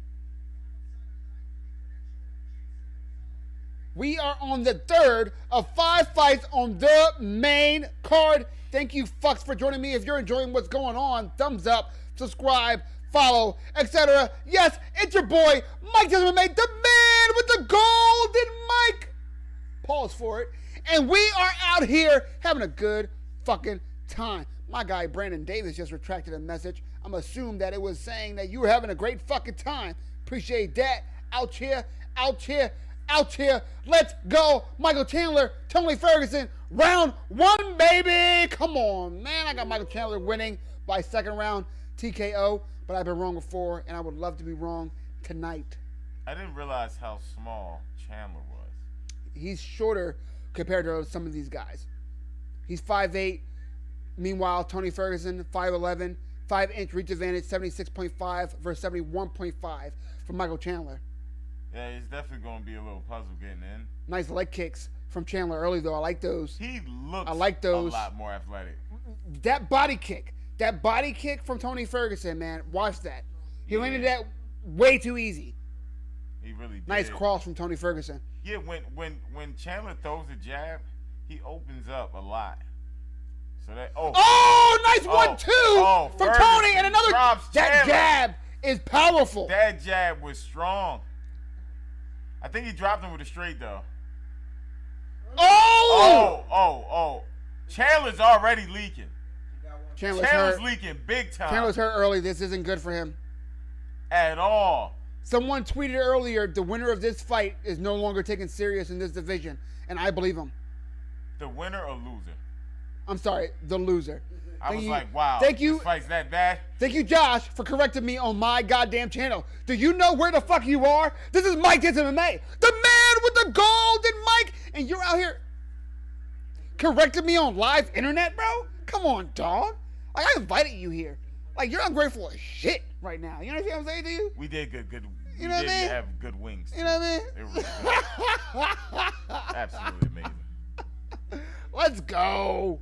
Let's go. If you don't talk to your friends like this, you don't fucking love each other. All right? Absolutely. And I would not trust a motherfucker that don't talk to me like that. You know what I mean? Chandler's getting Yo, hurt all Chandler. up and down this ring. Chandler needs to put some fear into Tony Ferguson, and that's not easy when he smells blood. Yeah, those Chandler leg needs kicks are for this good. round to be over. That sucks because he has more than half of this round left in front of him. If you're trying to follow along with your boy, the man with the golden. What a fucking takedown, Michael Taylor! Let's go! Oh! What a fucking double leg! That's what I would imagine if Mike Tyson took someone down. God damn, was a lot of power so in these that. elbows. Do you see Tony Ferguson now? see him. He doesn't give a fuck. He doesn't care. He's not thinking about judges ever. He's thinking about, let me put these things on you. Period. And whether that's a submission, whether those are elbows, knees, hands, knees, feet, He's toes, giving a lot of elbows. lettuce, potatoes, sweet potatoes, you know what I mean? All that. Everything. Chandler really can't do anything. I'll tell you what, ladies and gentlemen, this fight ain't looking like how I thought it was going to look. Me either. At all. Michael Chandler trying to stay in this position to hope. He's hoping to steal the round, and he's trying to get his win back. Yeah, He's trying to get his wits back. I don't know how it's gonna look because from range, Ferguson looks great right now against Chandler. And as I stated earlier, guys, Tony Ferguson has a very active guard, striking and submission wise. Chandler, though, landing some nice ground and pound. He is. He definitely is. Tony Ferguson may want to open that guard up and work to get up. If you guys have been here before, you know I cannot stand a closed guard from the bottom. You cannot do much from that position in MMA, especially at this level. Now, those elbows are beautiful, but I've yet to see more than maybe one or two fights ever. And motherfuckers, I've watched a lot of goddamn fights in which a person wins a round from the bottom with strikes. Judges don't like the optics of it. I don't know what to tell you. It is what it is. I've seen people, in my opinion, win off their back, a la Tony Ferguson versus Kevin Lee, like I was talking about. But judges don't like to see you on your back, period. It is what it is. We know that as fact. Don't argue. Tony Ferguson, open up that guard and get the fuck up. Because what's happening now? Look at Michael Chandler. He's getting more and more. Do you see the Ferguson's cut too? Guys, cut on the left eye. Guys, I need you to look at the body language of Michael Chandler now and 2 minutes ago. Yeah. Even though he was on top, his body language, the way he's moving, is so much more aggressive. Tony Ferguson loving it. Gives Michael Chandler a very hetero slap in the ass. It was pushes the cut man off him. The cut man says, "Do you want me to let you bleed?" It was very hetero. Definitely was. It was super hetero. That was a good detail. I've never seen a more hetero ass slap of a man to man in my life. It was super hetero. To be honest with like, you. wow, like look how hetero that is. But figured I'd point that out. That was a good point out. Let's get to the chat. Tony got to touch sand. Damn, I don't know how to score that. I don't know how to score that either, my man. So, what happened in the beginning of the round? Tony Ferguson feeling the range, feeling the rhythm, and puts Michael Chandler on his ass and on his back foot way more times than that. Wobbled him at least 2 times. But then, halfway through the fight, that double leg where he just tosses him the fuck over. That was crazy. That was beautiful. Got me almost the fuck out my seat. Yes, Tony Ferguson landed some elbows from the bottom, but Michael Chandler controlled the second half of that fight. How do you score it? I don't fucking know, but I know I'm having a great fucking time. I know that. Yeah, I don't know how you score that. I know that. Let's go. If you're trying to follow along, I am on the second round of Chandler versus Ferguson. It is 4 minutes and 45. Oh my God! No fucking way! No! He landed that kick like that! No! Holy shit! Yo. There's no way he just landed that kick like that. Yo! Oh my God! What the fuck? I didn't know Michael Chandler Are you still out? had that strike in his toolbox. That is one of the best front kicks I've ever fucking seen in this sport. He kicked the shit out of. Oh. That is one of the best front kicks I've ever seen. Not in the UFC, not in the weight class, in the Look at Molly McCann and Patty Pimblett, the British duo. Their reaction is all of us. Why are there so many Hawaiian shirts in the crowd, and why does one man have his tucked in? These are questions that we must ask because we are live for UFC 234. Charles Oliveira versus Justin Gaethje, and goddamn, Tony Ferguson is still out cold. Josh is still speechless. I'm sorry, I lied. He just spoke. You keep making me look like an idiot, Josh. I don't appreciate it. I say some shit. I mean, I'm just saying. Like, can we get on rhythm here? All right. That kick, though. That was on rhythm. Remember that kick? Can we see a replay? 300? Yeah. Way better. Way better. I was hoping you would say that. I was hoping you would say way better. I thought you were going to say it was like that. It came out of nowhere. It was way better. 10 times better. He didn't show that shit the whole fight. The whole fight. In the second round, he comes in. That's his child. That's his child? That is indeed adopted. Oh, that's dope. That's his child. That's dope. Yep. I wish you adopted me. Yo, oh, word. You adopted father. Yo, look at that. Oh, my God. A lot of times, you see the ball of someone's foot land on their face, and it has blunt trauma. Bruh. This landed under the chin and kept going up. Look at this. Oh! Right on the jawline. Damn. Wow. Look, DC was low. DC didn't even see it. DC a fraud. He's like, what happened? What happened? That's what you get for talking, DC. And then Michael Chandler, as I said, didn't I say one of the most athletic motherfuckers ever? I said one of the most athletic people in the UFC. Does a triple goddamn backflip because why the fuck not? I just kicked a motherfucker in the face. I does what I want. He did a backflip after using one of those legs. To demolish somebody. And Greg says, Sparta! Literally, that's what happened. I agree, Greg. Greg said, oh, he killed him. Tony Ferguson's life is changed. Tony Ferguson's going to sleep till the morning. Sparta! Greg, you are all of us right now, crazy. Greg. You are all of us, bro. Carry what it does. Carry out here in the building. Matter of fact, shout out. He was tanning 2 days ago. The Skinny the Misfit. You know what I mean? Matter of fact, Josh, I'm going to mute us real quick. I'm putting on that goddamn theme song that I love so fucking much. Shout out to Carrie, a.k.a. Skinny Misfit in the building. Follow him. Check out his music. My boy, let's go.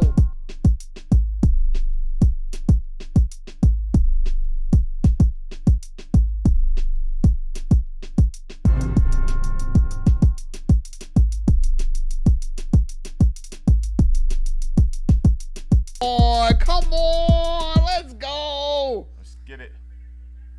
Let me listen to what Michael Chandler has to say. He said that's one of the best knockouts he's ever seen in his life, Joe Rogan said.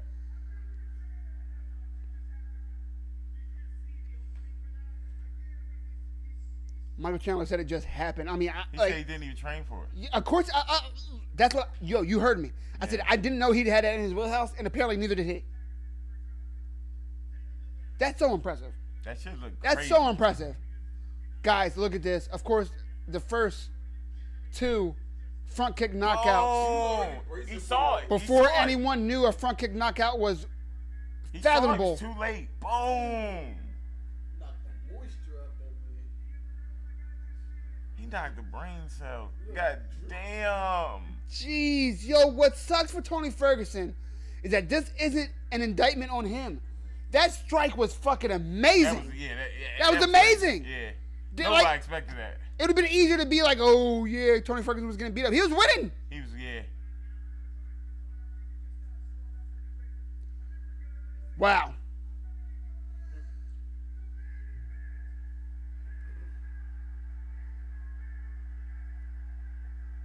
Here we go. Cut that promo, Michael Chandler. Cut that promo, Michael Chandler. He got me hyped. He got me hyped. He got me hyped. Let's hit the bag. Let's go.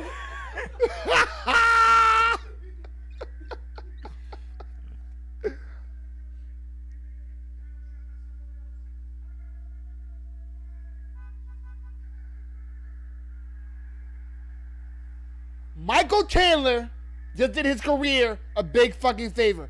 He said two options: belt or money for McGregor. The end. Either way, he fucking wins. He said 170, bitch. You only got cut weight. I don't give a fuck, Michael Chandler said. Let's go, Michael Chandler. Let's go, young man. Let's fucking go. Michael Chandler is the winner of the third of 5 fights on the main event. We are live for UFC 274. Justin Gaethje versus Charles Oliveira. We're about to be at our main event. Carla Esparza versus Rose Namajunas, the champ. Part 2, baby. And this fucking fight card has been lights fucking out. Aljamain Sterling, the 135-pound champion, out here in his silk shirt like he's going to an exotic island. And there is Sugar Sean O'Malley. It looked like he was holding a condom. Did it not? Kamaru Usman. Definitely did. What's up? And yo, what is going on with that? Are they in Miami? It looks like everybody's in Miami. Like, you know what I mean? Like they're in Phoenix, Arizona, and they're out here wearing silk shirts with their buttons down. I don't understand. Or Atlanta. Either or. I don't understand. And now this is a movie starring Donald Cerrone, who was supposed to be fighting tonight. Michael Chandler definitely gained a fan from me. There we go. That's amazing. There we go. To win. That was fucking fantastic. That is going to go down as one of the best knockouts. I'm not exaggerating. One of the best knockouts of UFC fucking history. You guys, if you're not out of your fucking seats like I wish I was and this camera wasn't on right now, if y'all wasn't here, Josh, if they wasn't here, right now. I'd have walked there. I'd have walked back over there. I'd have touched some shit over here. Mm-hmm. I'd be wilding right now. You understand what I'm saying? Up there. Man, if y'all don't understand the wildness of what the fuck you just saw, watch yourself some tape. Yeah, that knockout was crazy. Watch yourself some tape. The co-main event about to start. Rose trying to avenge her first loss in a title fight against Carla Esparza way back when Rose had long hair. Rose is now bald, bold, and a motherfucking monster. You understand what I'm saying to you? Carla Esparza, meanwhile, is riding a nice win streak, being very aggressive. Takedowns, lights the fuck out. 42 takedowns. Come on. Most in strawweight history. Come on, 42? That is a lot. A lot of people go their whole career without having those 42 goddamn takedowns. Let me get these stats ready for you. We're about to be in the co-main event. Come on, man. As I get the stats ready for you, I am going to put on the theme music.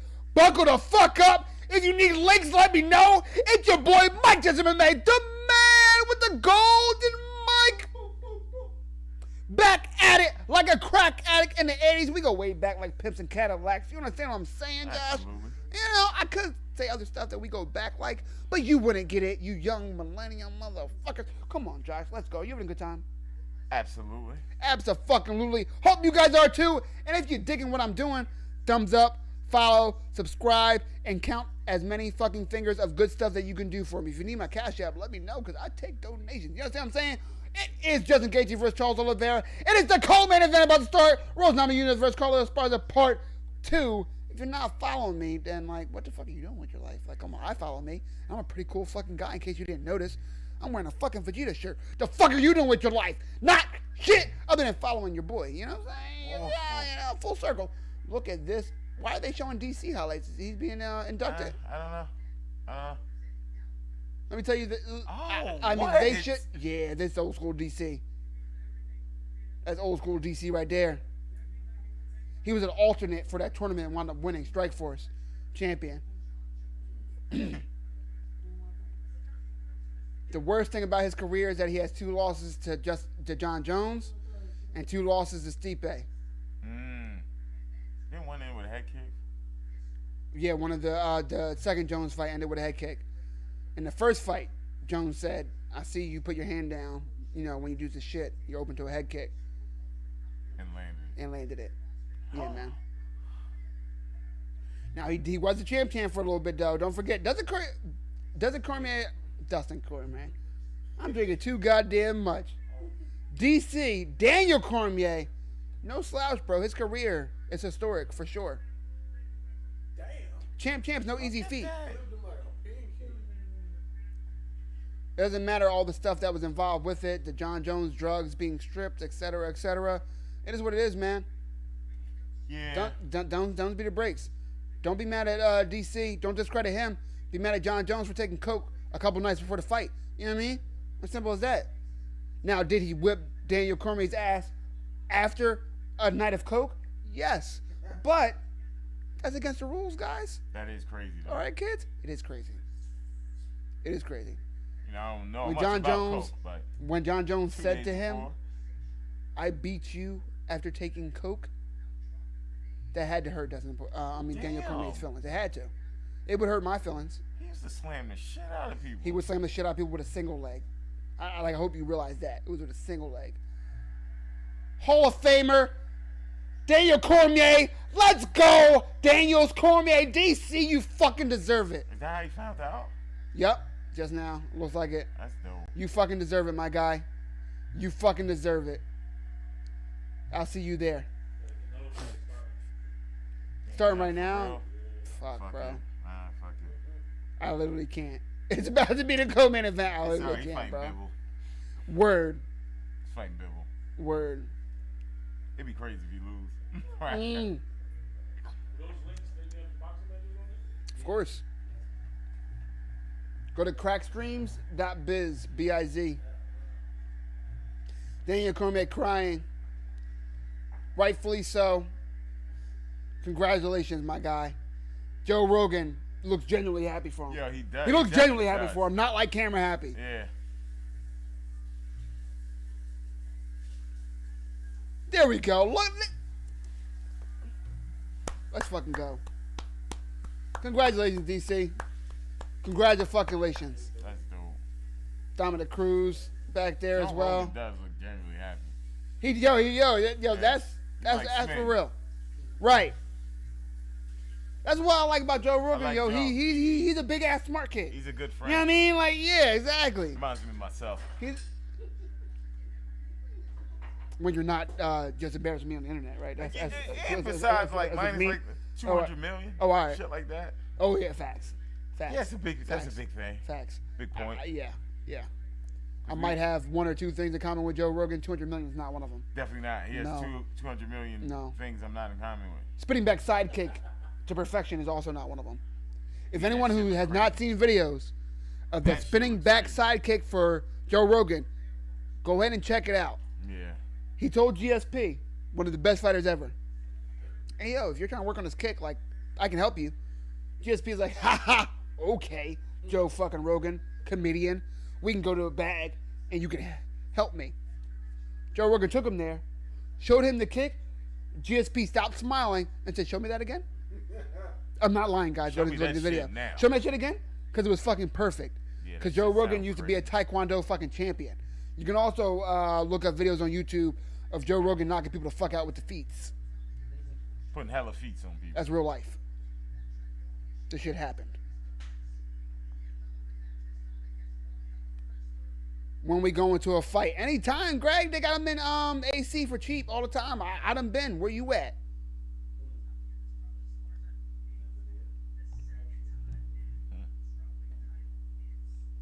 Ferg was out cold indeed. Tastes swilly with the words out of all of our mouths. Wow.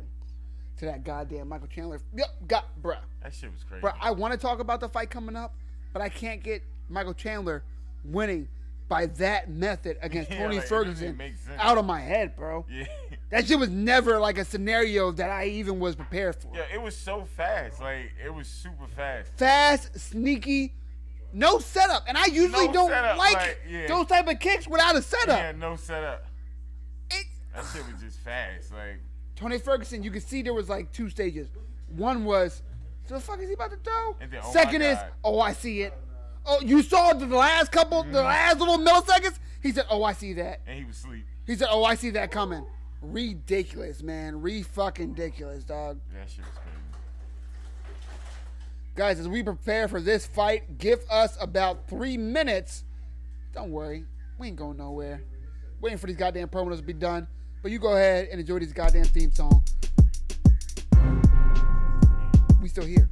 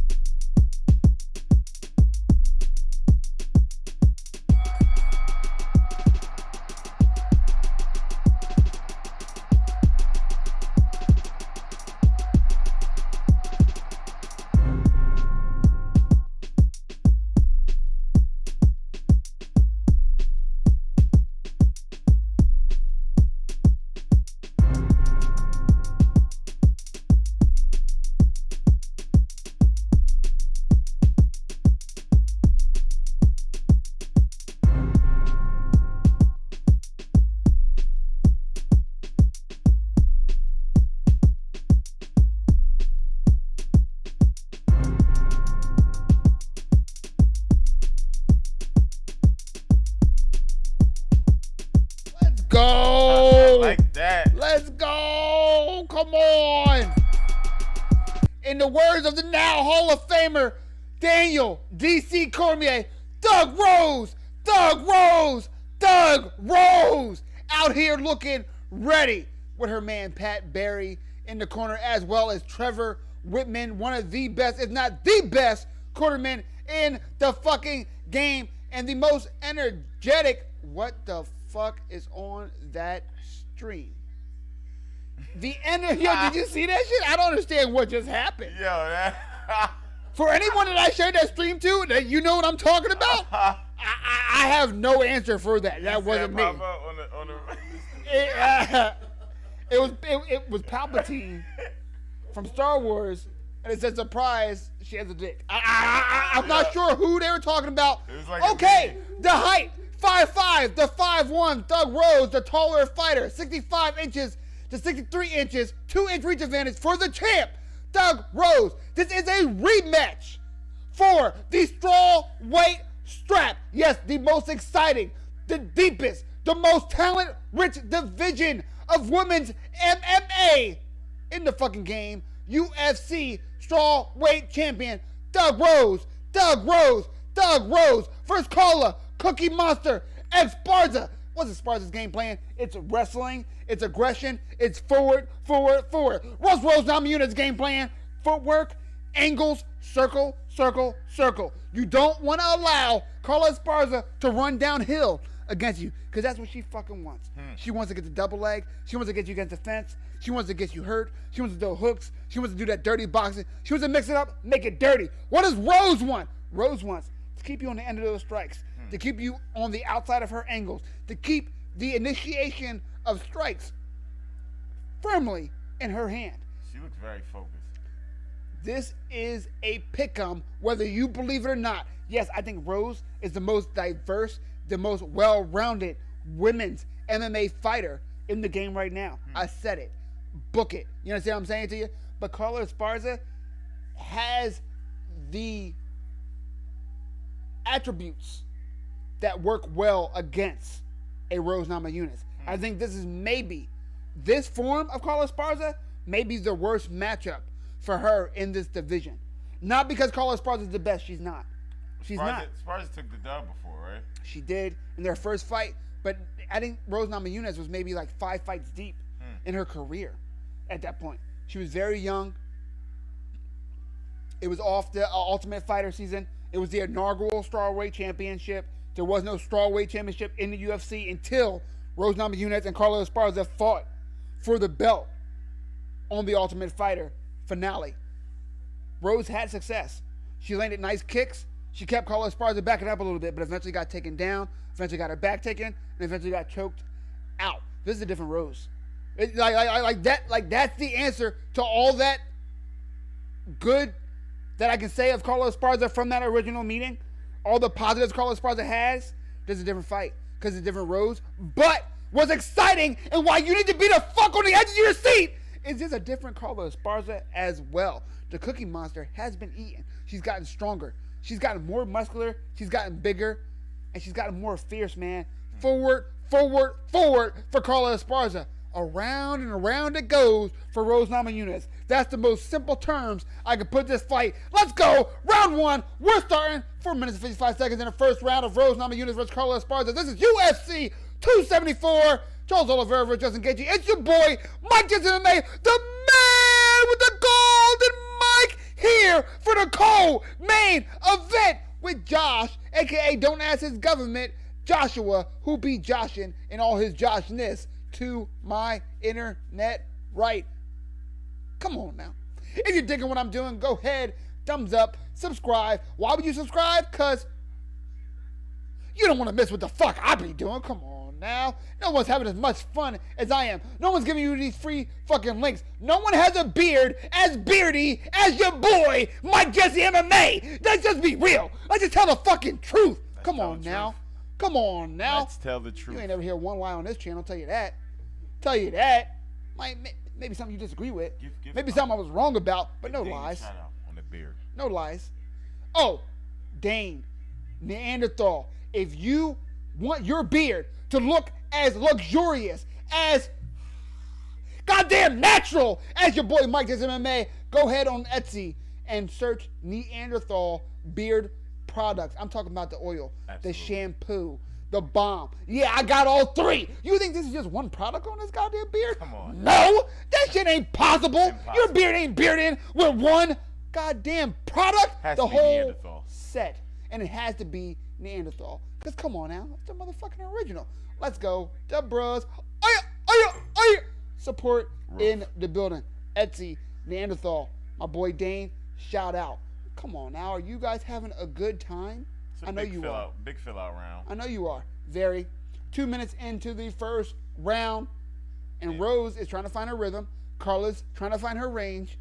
The fight has not yet started, ladies and gentlemen. This is a 5-round fight. So if you're thinking, oh, they're starting out slow, this is 25 minutes of combat, motherfuckers. It's okay. Oof. Relax. I'm here for you. I got you. What the fuck is steak.com? I promise you I didn't see any of these logos before just now. What is steak.com? What is Howlerhead? Howlerhead's probably a beard. A beer, right? Right? Beer? Yeah. All right. So they got the Modelo. They got the crypto. You know what I mean? Shout out to Doge. To the moon. They got the Top Gun movie because you know it's 2022 and there is no such thing as an original movie. Yeah. It's just all remakes and sequels, movies from the 90s. Rose is doing a lot of movement. That was the first strike That's what she I wants. seen. She's putting a jab out there, but not finding success. I'm very now curious. I didn't think we'd be 3 minutes into this fight and see it like this, which means nothing. So who does something first? And does that person who does something first, is that a good thing or a bad thing? We'll see. A good thing. Rose landed a couple jabs. It could start a rhythm that they can now find success and use that throughout the fight. But if you make the first move in chess, you know you might be susceptible to the counter, and you may not have a chance to make a change after that. Absolutely. The story is not told yet of this fight. It has not started. I repeat, this fight has not yet started, even though we are damn near 4 minutes into the first of 5 rounds. Rose Namajunas is the champion in the black. Carla Esparza, the challenger in the white. If you're wondering about these stats, Rose red, Carla blue. You got any more goddamn questions for me? No? Alright, that's cool. I appreciate y'all. Crack it in the cup. You know what I mean? Yingling in the can. You know what I mean? Josh it to my left. You know what I mean? The mic is gold. What else do you want? From me, personally. You know what I mean? The shirt is Vegeta in. You know what I mean? Like, what else do you want? Like, come on, man. Like, ungrateful fucks. I ain't never had this when I watch fights. The fight still hasn't No one was started. giving me links. Nobody had a beard like mine. You know what I mean? They didn't. I didn't do this from scratch. Neanderthal. Nobody to look up to. Neanderthal with the support. You know what I mean? The crowd's getting restless. The crowd not digging it at all. Me either. You know? Y'all just like I'm the crowd. Greg said that Rose looks like Krillin. Can you? Yo. Shut up. Yeah. She fight like Krillin. I'll tell All right, you that. guys. God damn. Here is why both fighters should be scared. No judge on the planet knows how to score that fucking round. I think Rose got it with 4 jabs. We have 3 strikes landed to 3 strikes landed, guys. How do you score that? Now, let's listen to the corner. I'm very curious of what they have to say.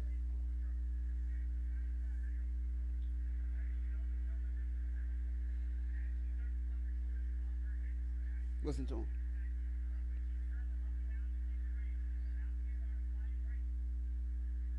They all definitely look related. Trevor saying you have found the range. Now use that to apply the pressure. Let's listen to Carla Esparza's corner.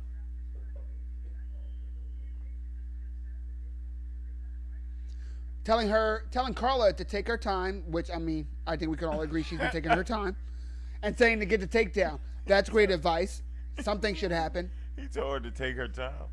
He did. All right. He said, hey, why don't you slow down, champ? I'm wondering if he's being funny.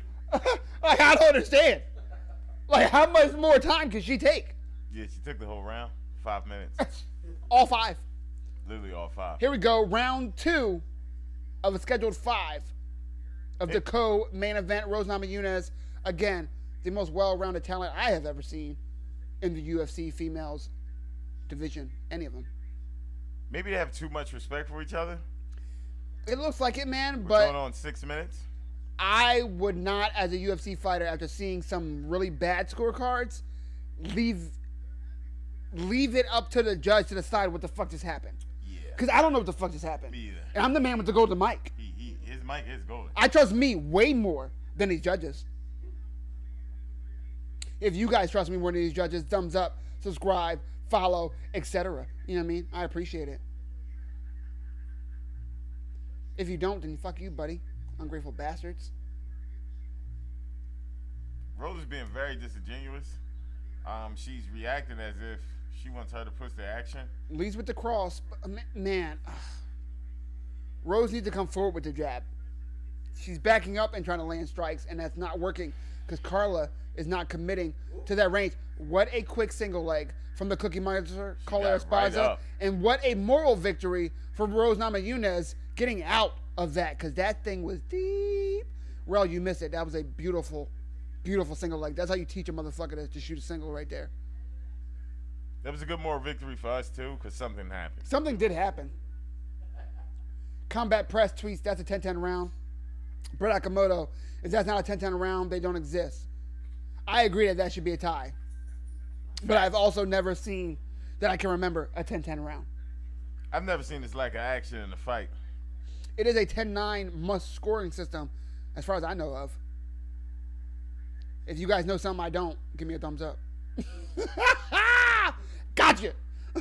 You know, motherfuckers like, oh, I know mad shit, you don't. You want thumbs up, though. Are you digging what I'm doing? Are you having a good time? Are you here live with Mike That's MMA, the man with the golden mic? Back at it like a crack addict. Seems like both corners' strategy is to take their time. Has to be. What's crazy, though, is that Rose's corner 100% did not say, continue taking time. No, he said it's time to push it. He said, you took your time. Now push forward. Rose, I don't know if she's worried, just so worried about the takedown she doesn't want to commit. But also that counter, too. Did you see that counter left hook over the top? Carla, very cocked and ready to throw when Rose comes in. And I think Rose sees that. They just won't do it. If both have a game plan, so we've seen this before. Both have a game plan of, I'm a counter when they come in. Mm-hmm. And then neither one of them comes in, like, that can create a long night for us. Because I know if there's 3 more rounds of this, I'm going to get cranky. Yeah. This is a really tough fight to watch. I've consumed too much liquor to watch this for 5 rounds. Yeah. I'm going to be honest with you all. She just posed. Rose just posed. The crowd is not feeling this shit at all. They're literally river dancing. Rose is moving in a way where it looks like she's trying to create openings, but without throwing feints with that movement, she's doing nothing. I am very, very, very surprised that Rose isn't at least feinting. You're trying to get in with the jab, which, you know, she does have a very good jab, but Carla's on it. Carla's too focused on when you throw something, I'm going to move and throw a strike. That's what Carla's game plan is. And Rose's game plan is, you have to grapple me. When you come in to grapple me, I'm going to hit you. Nice lead cross. One of my favorite punches in the game, lead cross.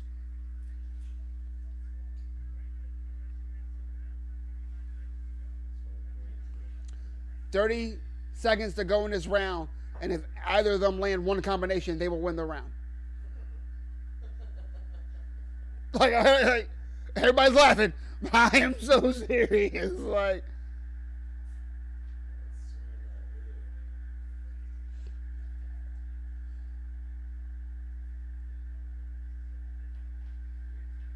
Sean Sheehan says unequivocally not a 10-10 round. I don't know what what he thinks it is. Then he didn't put that out. He said unequivocally, like Yeah, as like if it was like a so crazy. obvious, like Rose staring down Esparza as if they're in a fight, which I don't believe they are yet.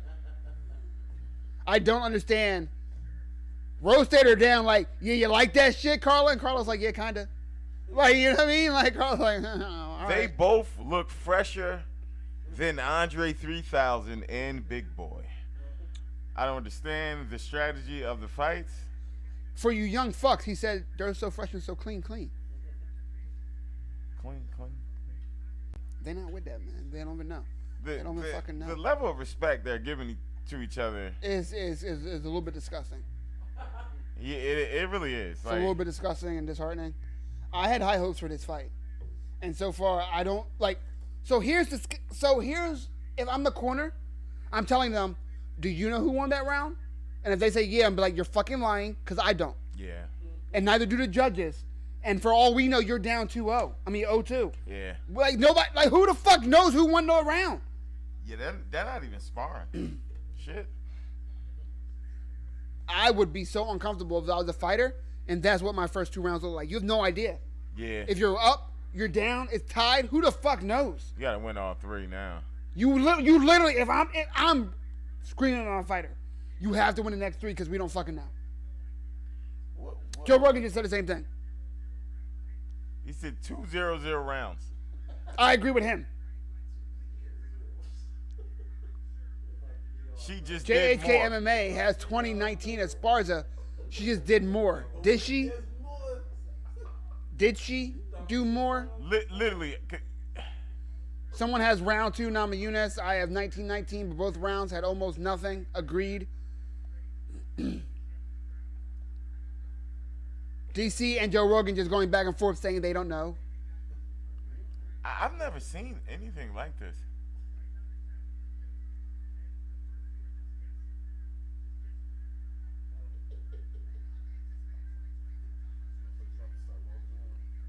They're just jumping at each other. Like, I mean, they're at least throwing now, but they're throwing in air. Like, they're not landing anything. yeah, like. Carla feints a takedown and tries to, like, do a hook on the break, which does work sometimes. Did not work now. And what a good double leg. And Rose right back to her Right feet back again, though. No, Rose, don't back up. Keep her against the fence. Go. Keep her against the fence and throw. Too much respect. You have to throw. Too much respect from both.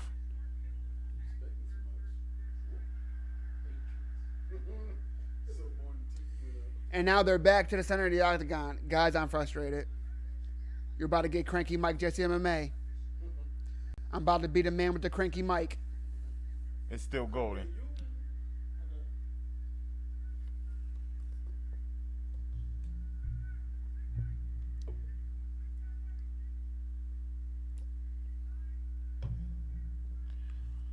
All right.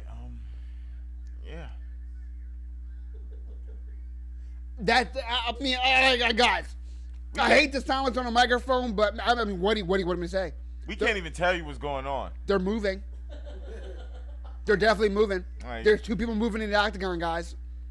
And Rose is like low key taunting her as if, Yo, Rose's face says I'm whipping that ass. but she's not. Like, she's been like. I don't understand.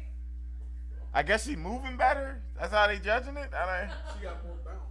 It's like more balance and enthusiasm to not do nothing. Rose is like, my fate is way better than yours. You got served. Oh, Chris Brown will die at the end of this. Why? You say that makes me think that Chris Brown died in mad movies. Like, is that a thing? Yeah, literally. He did die in multiple movies, right? You got served. He died at the beginning. It was just. Chris Brown did? Yeah, and Chris Brown was in You Got Served? Yep. What? He was in the movie, then a memory throughout the movie. Things I didn't know. Chris Brown? Yeah. He was out when You Got Served came out? Yeah, and these 2 could literally star in the movie because they're dancing all night. That's all they're doing. Literally. All we need is some Fat Man Scoop.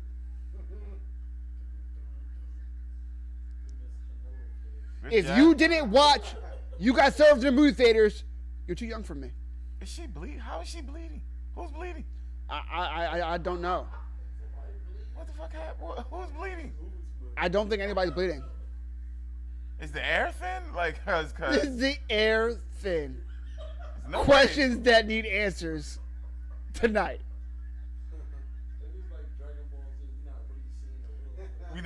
They moving too fast. They gotta be moving too fast. We can't see things landing. Cause like what? Like I've seen fights where I can say like they're boring, but I can at least talk through it. You know what I mean? Yeah, yeah. Like, oh, this guy's looking for this. Like, I don't know what else to tell you guys. I feel bad for you that you're watching me have to talk about this because there's not much I can talk about. Rose is like confident, scared. And, yo, it's the weirdest shit I've ever seen in my Like life. she has the body language of confidence, but she's like not engaging at all. At least the Carla is moving forward. She's trying, but Rose is too fast with her feet. Yeah, But Rose isn't. she's just running. Rose needs to throw jabs with it. She needs to be committing to this jab. What is she gonna say She after needs the to. fight? I don't know. Because if she, Yeah, this is can part you of my imagine? head training. Can you imagine if she loses her belt like this? Who wants to see this rematch? Not me. If Rose loses her belt, I absolutely do not want to see a rematch. This isn't even boxing. Like this isn't even boxing. Look, the ref's coming up. Like, hey, are you guys okay? You guys gonna do anything? Cause You wanna fight me? We started the fight 15 minutes ago. MMAKO says snoring sounds. I agree with you, my friend. Absolutely. I agree with you. I really wish I had something else to tell you guys. Like, I'm gonna give you a link to the fight. I do know that the next time There's not I much have of a fight a going on. problem falling asleep, You gonna turn this one I on? may throw this on. Okay. All right. I can see This that. is in the chamber. I can see that working. Like listening to thunderstorms in there? Yeah, Rogan like said it's ridiculous, D. Yeah, bro. It's let's bad. listen to Rain. You know. Put this in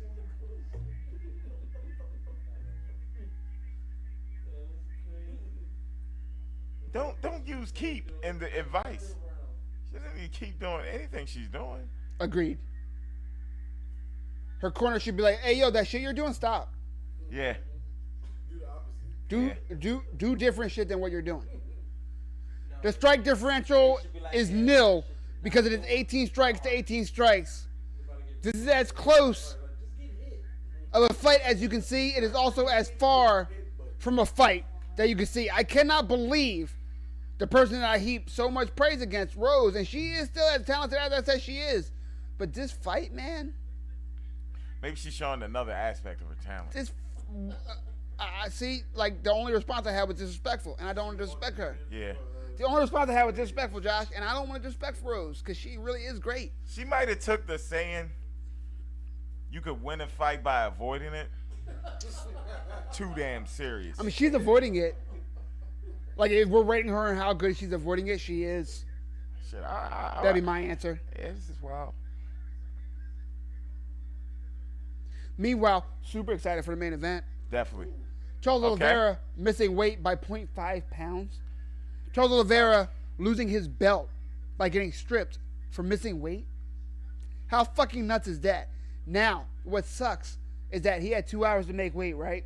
Within that 2 hours that he's trying to make weight, Justin Gaethje taunted him on Twitter and said, "Hey, I hope that weight cut's going well. I'm already back to 165." Within that 2 hours, where Yeah. Charles Oliveira is in the, you gotta imagine he's in the steam room. He's doing whatever the fuck he can to sweat off. And what sucks is when you drain yourself that much, your body stops sweating. And oh my God, Carlos Esparza has the back of Rose, and Rose gets right back up. And I feel like there's about to be a whole bunch of fucking nothing again. So Yeah. I'm gonna keep talking about the next fight. So again, like I was saying, Charles Oliveira had to be doing everything he could to cut that last half a pound, right?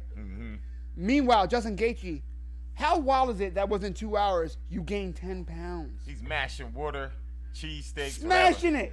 Smashing water, protein bars, good foods, good carbs. And Charles Oliveira, those are two losing extra weight. hours within that 24 hours that you have between the fight and weigh-ins. Burning more hours of trying to lose more weight, man. And the mental stress. I wonder if that's going to have an effect of this fight. You know, fight like we thought Rose Namajunas versus Carlos Esparza was going to be. Yeah.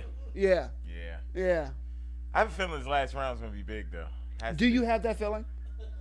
Not really. But Okay, I'm about to say, I wish I shared that feeling. I was- don't. You know, it's wishful thinking. I don't. It is. I wish with you, brother. I wish with you. 20 to 22 strikes there has been a whopping 2 strikes for Rose this round and a whopping 4 strikes. Rose needs for to Carla. fight violent, you know? That'd be nice. Did you guys get that? That'd be, guys. I really hope that something happens because I just would feel really, really, really sad for Rose if she loses her belt by being surprised at a decision victory for Carla in a fight where neither did neither to take the belt. This is, I mean, I don't even know what to say, guys. Like, neither one of them wants to play into the other's game so much that neither one of them is playing the game at all. They're both doing take my ball and go home. Yo, literally. Oh, you're not going to do this, and I'm not going to do that. Okay, you know what? Just kick her. Something. Leg kick would do. Like, maybe that'll wake you up. If like, I knew this fight was going to be like this, I would have kept the Canelo fight on. Literally, like.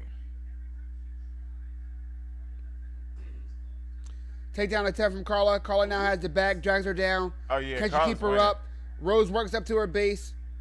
Rose wants to get that left leg up as well, though. Oh, a Grammy! Oh. In her right hand. The Okay. best strike landed all fight. All fight. Will there be another strike in this round? A minute left. Questions that need answers in the fight. Rose Namajunas versus Carla Esparza. This highlight reel would definitely be short. Uh, Definitely like 2 clips. It'd probably be a light reel, We just saw it. Yeah. not a highlight reel. You know, a light reel. Yeah. You know what I mean? Low light reel. Low light reel, yes. Some would say.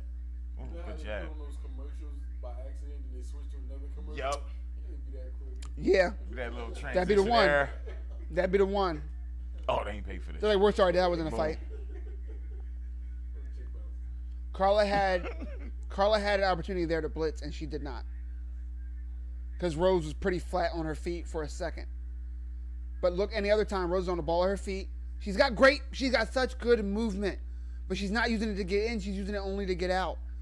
And I just want to know, I need to have both of these women sat down and interviewed and said, what do you think the fight was going to look like? What was the game plan here? Yeah, what was your game plan? Did you have a strategy? Guys, it's 4 rounds down. I have no fucking clue who's up, who's down. I just know one thing. I don't give a fuck about what happens to this fight going forward. Like, come on, man. Is this really what's happening? Are you Honestly- fucking serious? The co-main event? I hope it's not a draw. I hope they both lose. Like, If just 2 only. L's delivered tonight. If only. Rose is literally one of the most exciting fighters in the world. I'm not exaggerating. One of the most exciting fighters in the world, and this is what we're watching right now. Let's listen to the corner. Trevor Are you Whitman. just saying Trevor this? Whitman said, "Stay disciplined." My friend, I think she's disciplined. I don't think you can get any more discipline. I really don't think it's possible. Like, we were giving out like who's disciplined awards, like top 2, and I don't know who'd be first. In the world, like, The world, Craig, we just leaving one open because we haven't seen everyone in the world. But damn. but them, Yeah. for sure. Is anybody still with me? I'm sorry, guys. I wish I could do something. I can't. I can't. We're Right, for yeah. real. There we go. Word. Personal entertainment. Word. We don't like that. Me and Josh go at it. Yeah, we just go at it right now. Fucking animals. We do have gloves, you know. We do have gloves. What I don't have is fight insurance. Or headgear. Or headgear. Or sensu beans. Yo, if I had sensu beans, I'd do a bunch of wild shit in my life. If I had spar all sensu the beans. time, like- What? Sparring, robbing banks, breaking out of jail, like all types of shit. Definitely. They're like, we shot him, he's down. Sensu bean, bitch. Psych. Sensu bean, bitch. You You know what thought I mean? I Like, I'm died. out. They thought I died. You feel me? Like, don't let me have like 74 of them things. You know what I mean? I'm just keep running. Oh, I'm out of breath. Sensu bean, bitch. You know what I mean? Like, it's done. If I only had one, I have a hell of a day. Hell of a day, yeah, for sure. 74, couple months. 74 wildin'. Mhm. 74 sensu beans, I'm wildin'. There's no stopping me with 74 sensu beans, bro. Like, there's some shit you gotta do. Cause I'm gonna run up to Empire State Building, right? They gonna chase me, right? They gonna be like, There's nowhere to go, Mike Jesse. I'm like, yeah, unless I got fucking sensu beans, you know what I mean? I'm gonna just jump. I'm gonna jump as far as I can. Yeah. I'm gonna land, sensu bean. bean. You know what I mean? I'm gonna have sensu bean in my mouth already. You know what I mean? Just boom. I'm gonna fall. Bang, sensu bean. Bam. Pre-ate sensu bean. I'm good. You can meal prep sensu beans. Bruh. Sensu bean chili. Oh wow. Come on. Wow. Come on now. Come on. Refried sensu beans on a taco. Refried Come on now. Come on now. Blew your fucking. Most exciting shit y'all heard in the last 25 minutes, I bet. You know what I mean? Motherfuckers like, damn, what else can you fix with sensu beans? You can make sensu beans for New Year's. Come on now. Come on now. Black eyed sensu beans. Y'all not ready for that shit. Black eyed sensu Come beans. on. That's from the Black Sayings. That Seasoned was with from. the saison. You know, y'all didn't know. saison. Y'all didn't know that Sayings was that diverse. Exactly. I mean, y'all like, oh no, all the Sayings are Goku and Vegeta. These are Black Wrong. Wrong. It's 2022. Exactly. All inclusive Sayings, motherfucker. Fuck y'all talking about. Shit. Sayings from the motherland. This is crazy. This is wild. This is wild.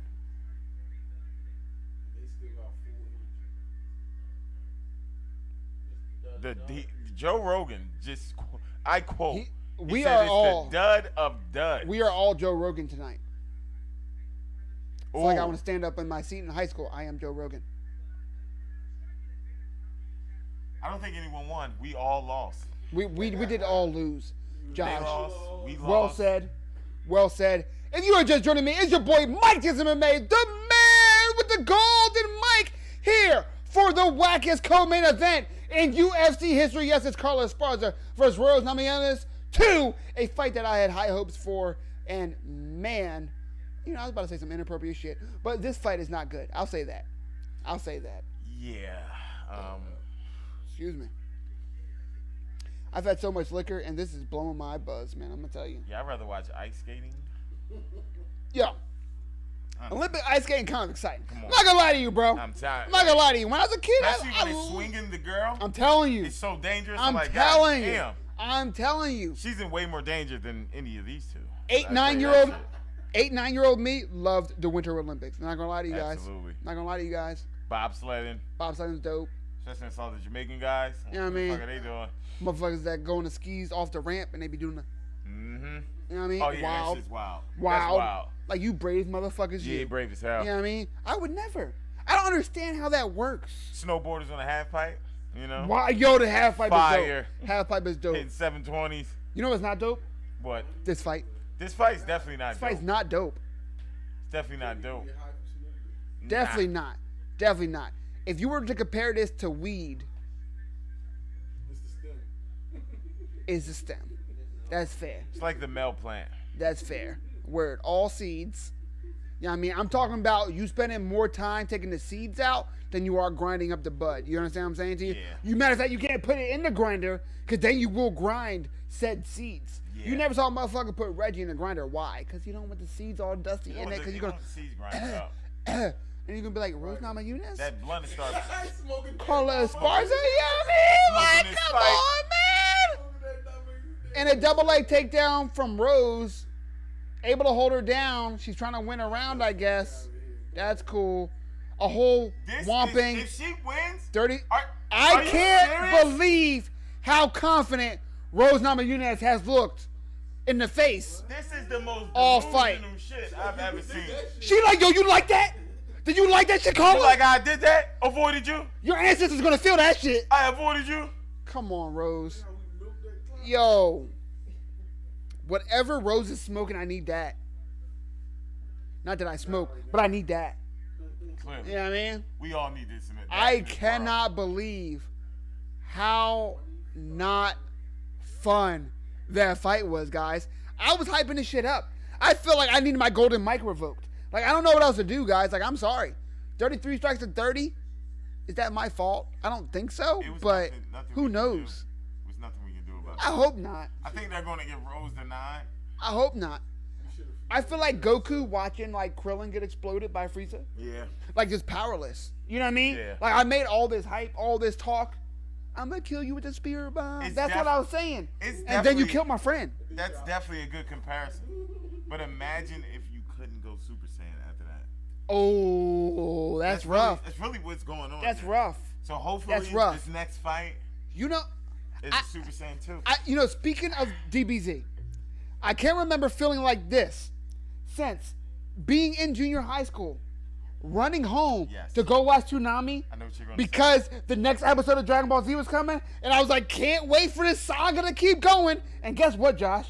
Saga restarted. Yep. Saga restarted Yep. because there was no internet to check out when the new episodes was coming out. And There was no good TV guide. There was no nothing other than let's go see. that Wait, restarted- hold up. I'm sorry. Oh, wait. They're about to results. read Results. they're about to read the decision. 48-47 Nama Yunez. 49-46 Esparza. These cards are all over. 48-47 for the winner by split decision. No. That's what you fucking get, Rose. Damn. That's what you get, Rose. The belt doing nothing. Rose is what you get. Is she about to cry? And new. And new. Still. What were you confident about, Rose? Rose, what about that made you think you did something, Rose? That flip. Rose, I love you. But what made you think She like, nah, you gotta see the belt. that you did some shit? Joe Rogan, please tell her it was boring. Joe Rogan, tell her that fight sucked, Joe Rogan. The easiest belt ever obtained in history.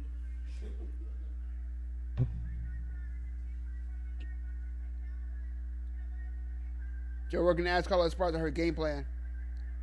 Said she wanted to take down, but she dealt with what she got.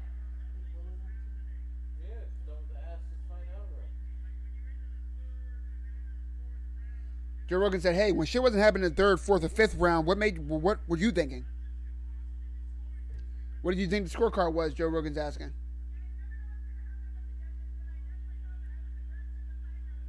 She was. That's how she wanted it. Yeah, she was. Attempted takedowns.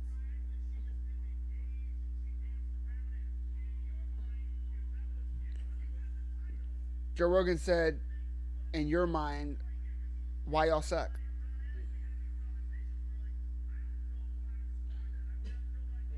Joe Rogan said as a judge he wouldn't know how to score it because the fight sucked. Because nothing happened.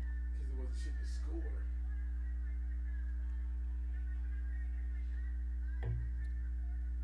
She did. Carla said she tried to come forward as much as she could. I don't believe her. I think she tried to come forward responsibly, thinking that something could come back.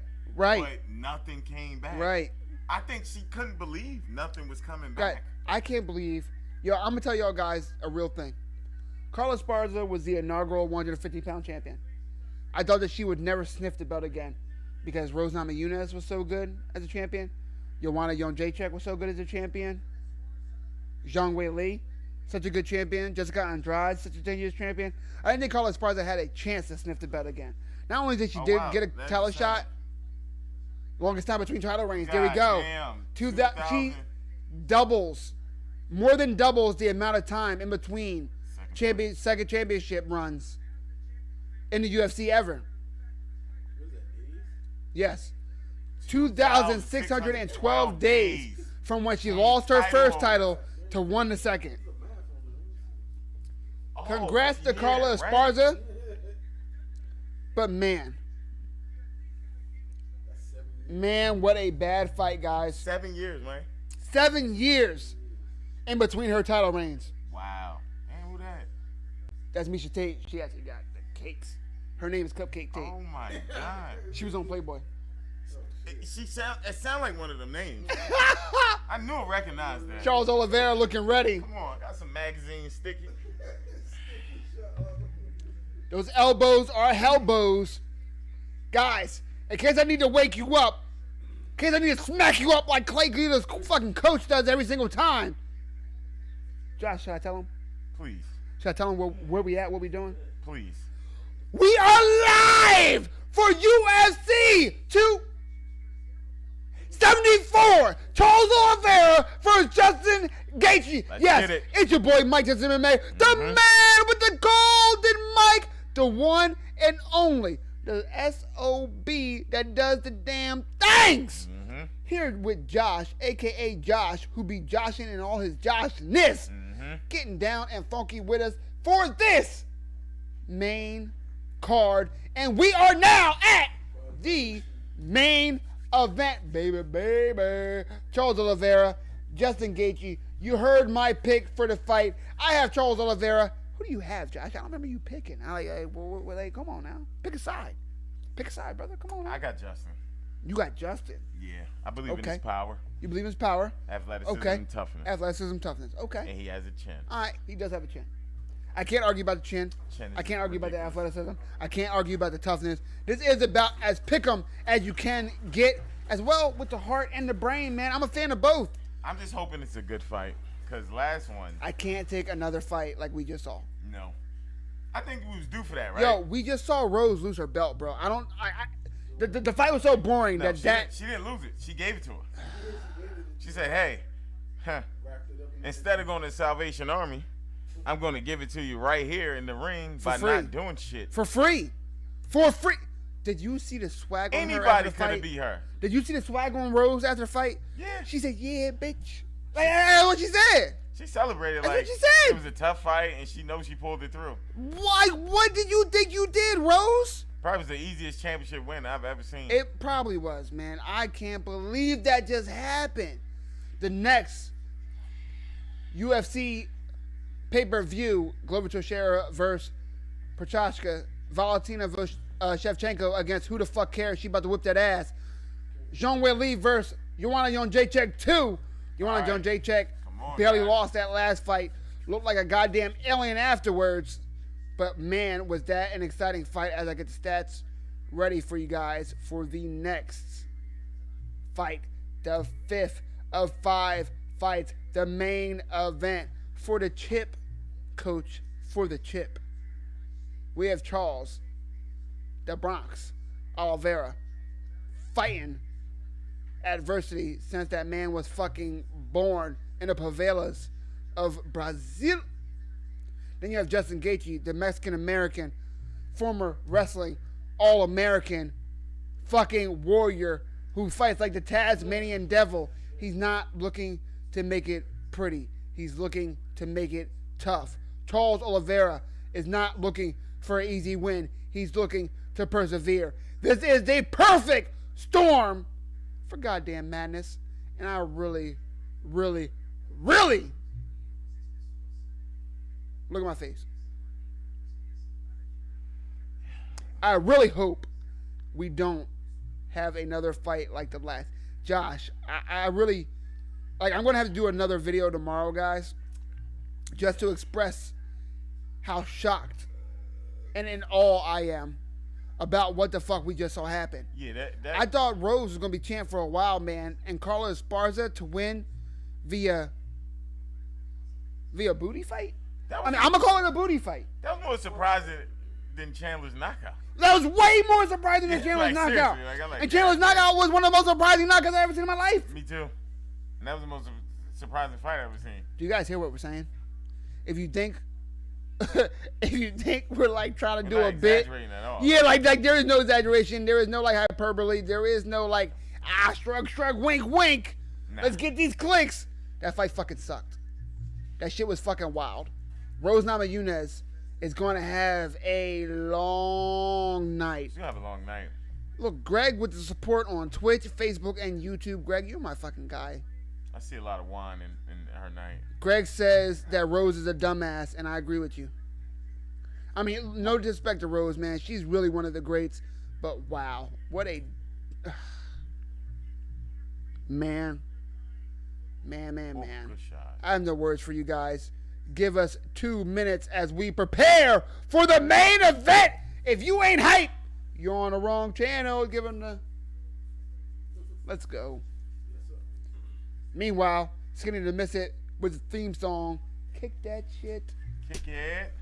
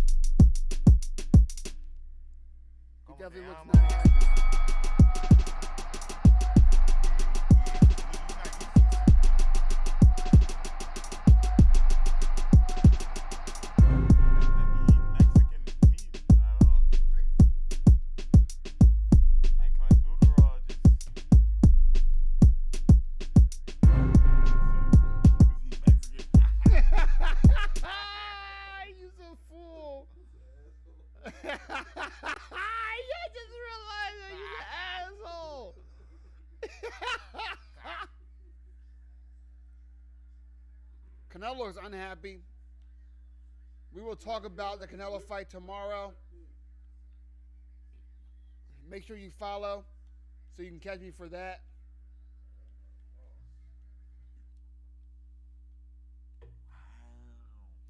As we prepare for the main event, Charles Oliveira, Justin Gaethje, UFC 274, Mike Tyson MMA, the man with the golden mic, back at it like a crack addict in the 80s. Holla at me if you feel me.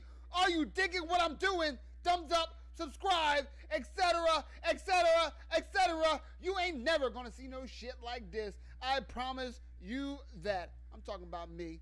I'm talking about the golden mic. I'm talking about Josh and all his Joshiness. Praise up. Absolutely. You know what I mean? We out cheer like we was out cheer. You know what I mean? Vegeta in the building. You know what I mean? Yingling Lager in the building. Go ahead and pay me. Cracking in the cup because we getting it cracking. I hope they get it cracking. Unlike Rose Namajunas versus Carla Esparza. What a snoozer that was. But I hope you are still with me. I hope you digging what is getting dug because we are digging it. We are. I'm just letting them know. I feel confident about the entertainment level of this fight. I can't imagine. I couldn't imagine the first one being boring, but this one, not possible. At all. I've never in my life seen a boring Justin Gaethje fight. Never in my life. Me either. My life is 33 years long. I'm 33, right? Let me do the math. Yeah, I'm 33. And all right, I just wanted to make sure. He's shaking hands with the whole team because it's going to be a war. You guys might be like, oh, that stupid motherfucker don't know how old he is. That's because you're young. Go ahead, and once you get past 31, you're like, fuck it. It don't matter. I'm alive. You celebrate birthdays, you don't count them anymore. Right, I'm still breathing. You know what I mean? I still got cracking in the cup. I still got yingling in the can. I still got the mic golden. Who cares about the little things? Like actual age, you know? Sip, sip. Pull up, drink. It's a great song. Drink. It is a great song. 32 years old is the champion. 33 is the challenger. 5'10", the champion. 5'11", the challenger. 0.5 pounds over was the champ. He does have a 4-inch reach advantage. I'm sorry, he is no longer the champ because he got stripped of his title. He definitely got stripped. If Justin Gaethje wins, good question, Zai.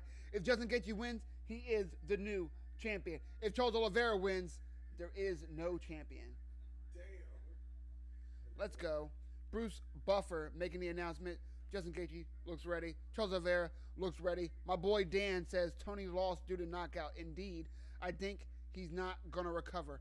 Man, he hasn't recovered since the shellacking that Justin Gaethje put on him, to be honest with you. He's now riding a 4-fight losing streak. I never thought I would be saying that shit ever in life during the come-up and the reign of that 11, 12, 13 fight win streak of Tony Ferguson, man. The boogeyman. He is no longer that. You know who the boogeyman is? Michael Chandler, bruh. Yeah. And them feet. Yeah. Them toes. That's the boogeyman. Yeah, definitely. He kicked him like Law from Tekken. But you know, absolutely, like, you know, two fighters that have wins over that talented young man? These two. In the main event of UFC 274. One more time. Say it louder for the motherfuckers in the back. We are live for UFC 274. Justin Gaethje versus Charles Oliveira. It's your boy, Mike Tyson MMA. That's me. Spoiler alert. The man with the golden mic. Back at it like I never left. To my left, the internet right, is Josh. Don't ask my government, Joshua. He be Joshin'. He be basking in all his Joshiness. Let him know. Praise up. Come on. Let's go. Are you excited? Are you here? Are you with me? Are you feeling the electricity of the main event? I'm out here. He's out here. We're out here. The champ is out here. The challenger is out here. Ooh, if you don't feel my energy, you must be on some good drugs. You know what I mean? That's all I got to say. I'm ready for That's this all you fight. got to say. You know what I mean? Ready ain't the word. Dan says the only situation he's going to fight unranked opponents and he'll just going to retire. Man, if that's what Tony Ferguson wants to do, I'll watch it. But what I want for Tony Ferguson, I wish he had enough money to just call it quits, man. Yeah, after but I that know he knockout. probably doesn't. Because fuck, man. I don't like seeing a great. Tony Ferguson was a great. He is. Have these type of fights, man. Still is. Dan says, live! Exactly, my man. Hands up! Hands up! Hands up if you feel me, because I know I feel this shit. Let's go. I'm more hyped up than Vegeta when he turned Super Saiyan. You understand what I'm saying to you? I'm more stoked than Vegeta when he got a W over the android that whipped Goku's ass. Now, 2 seconds ago, for that Rose Namajunas Carlos Esparza fight, I was Vegeta when he got his arm broken by Android 18. And did that get his motherfucker arm was broken. unhappy. Yeah. He did not like that. Kick shot at his arm. Like, He said, I'm the prince of all. Ow. Boom. You know what I mean? Like that's what happened. I didn't like that either. It's definitely what he did. Yeah, that was a hard one for me, bro. That was Yeah. hard for me to go over for a while. Rough on the watch. I didn't like it. Me either. Okay, they both. I'm like, why look is like this that. blonde haired chick with a jean jacket with the sleeves cut off fucking up my hero? You know what I mean? I felt like when I was she watching came out Lennox of nowhere. Lewis fuck out Mike Tyson. Round 1, the main event. The reason why you're all here, besides this beard, is Justin Gaethje versus Charles Oliveira. Also, if you want your Gaethje's bearding like mine, Neanderthal on Etsy, the only beard product for this goddamn channel. Round 1, 20 seconds in, and it is already way more exciting than Carlos Esparza versus Rose Namajunas. Let's go. Gaethje ate a shot. Recovered pretty fast. Let's go. Oh. Let's go. Oh!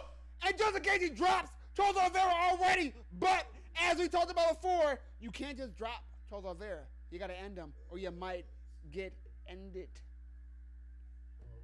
Oh! The hooks of Justin Gaethje already has Charles Oliveira hurt. This is not. Yeah. Those hooks, bro. Justin Gaethje already put swelling and a cut on the left eye of Charles Oliveira. Maybe the nose as well. Dropped him twice.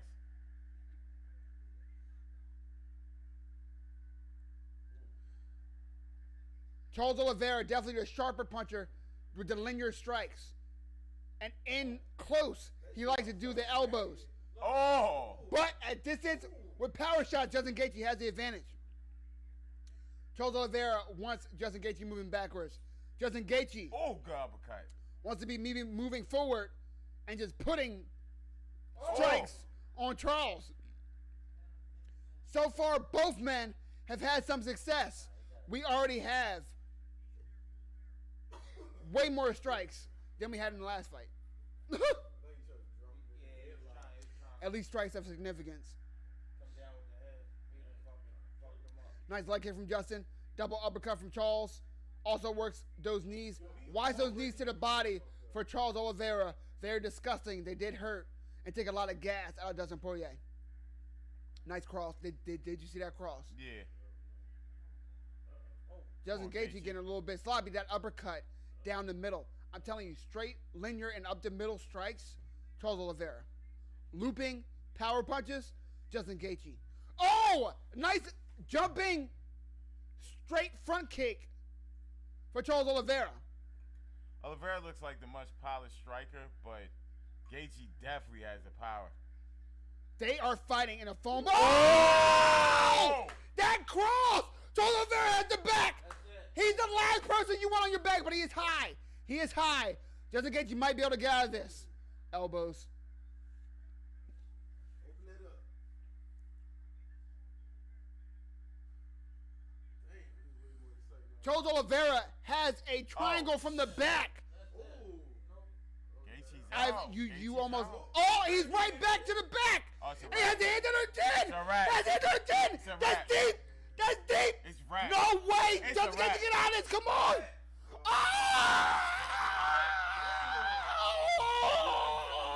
Oh! What a Oh turnaround! my God! Bruh! Drake's money. There goes Drake's There money! goes Drake's money. Drake It's the quote of the Just night. lost There goes the half a $550,000. million Drake's dollar bills. Wow. His bet looked great. great the first 30 Charles seconds. Oliveira said, Dana, you know I the champion.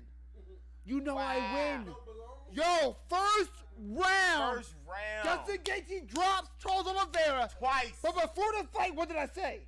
You can't just drop Charles Oliveira. Yeah, you got to finish him. Because everybody drops Charles Oliveira.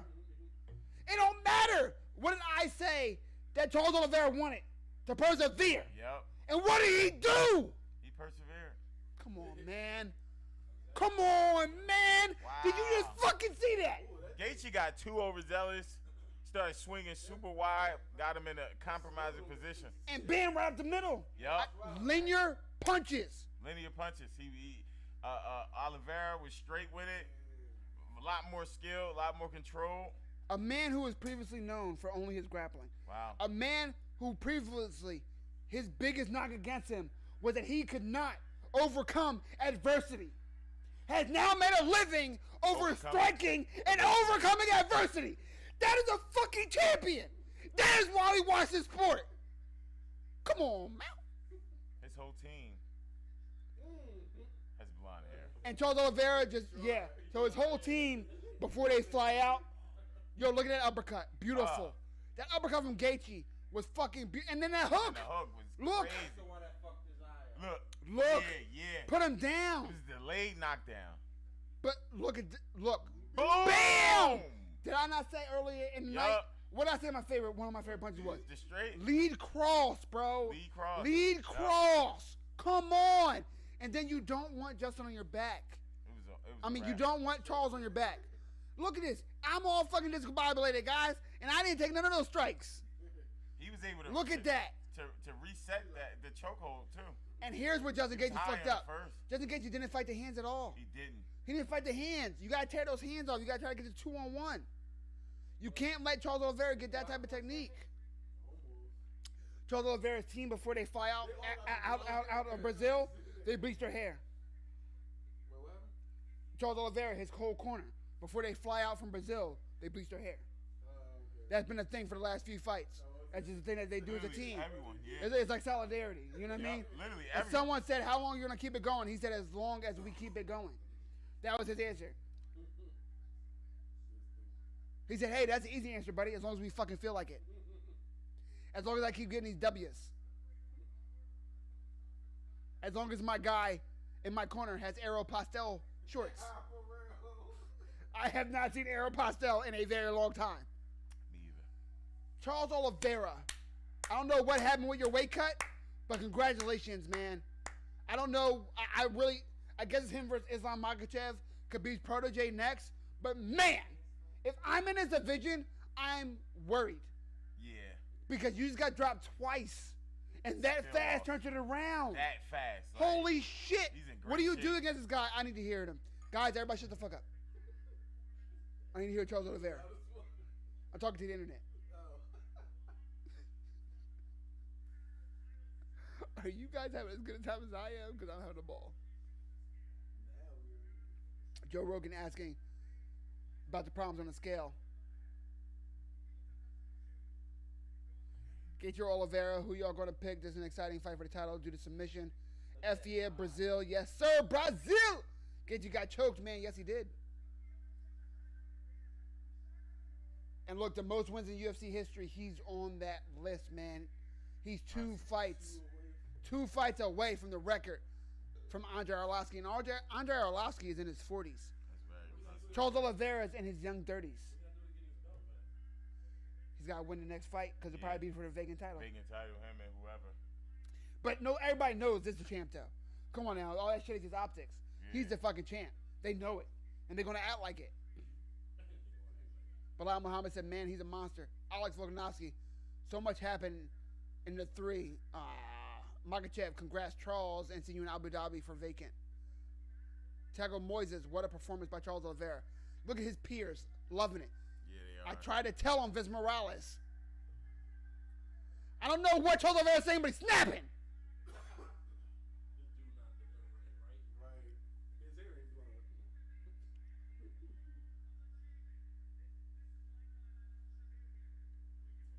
Charles Oliveira said, it's my title. It should be here. It is here. I the champion. Stephen Wonder one time said, seriously, who beats him at 155? So crisp. Facts. Crispy like plain Lay's. They are crispy. Yo, those are the crispiest chips Absolutely. ever. Plain Lay's? Come on now. Yellow bag. Yo, I'm telling you, I love it. That's my That jam. cookout bag. Hey.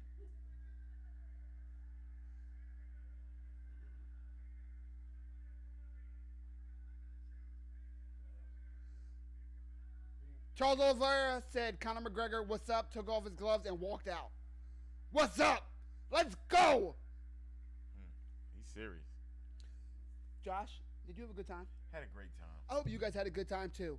Live for UFC 274, Charles Oliveira, the champ. Don't let nobody tell you different against Justin Gaethje, a fucking savage. We were live for UFC 274. Justin Gaethje for Charles Oliveira. It's your boy Mike Justin made the man with the golden mic, the most exciting motherfucker with a golden mic on the planet, and Josh, who be Joshin' all Josh on day. We had a good fucking time. I hope you did too. If you dug what I was digging, thumbs up, subscribe, follow, etc., etc., etc. Man, that co-main event sucked. Man, that main event was fucking fire. Man, we had a good ass time. Absolutely. Join me next time. And if you want to know when, go ahead and follow me at Mike Jesse MMA on Instagram, and I'll fucking tell you. Oh, come on, when I fucking feel like it, motherfuckers. You understand what I'm saying to you? Absolutely. We're gone for now, but man, I love you guys. I really do. You SOBs, you degenerates, you mother lover, son of a Essa, and all that's you. You make this thing a whole thing. If not, it'd just be me and him talking to the microphone, and that'd be fucking weird, wouldn't it? Super weird. Why don't they talk to each other? Why don't they talk to other people? Where are their friends? What are they doing? I'm talking to you guys. You understand what I'm saying to you? You, motherfucker, from another state. You SOB from another country. You, my fellow fight fans! You think I got a golden mic to talk to me? That would have made no goddamn sense. I hope you had a good time, because I had a fucking ball. Until next time, though. Neanderthal beer product on Etsy. Check it out. Q-Sci-Fi to the day we die. 1911 all day. Omega Sci-Fi. You know what I mean? Vegeta in the building. Mike in the building. Josh in the building. The gold Mike in the building. You can't even see his mic. How's he been talking the whole time? Magic of the internet, motherfuckers!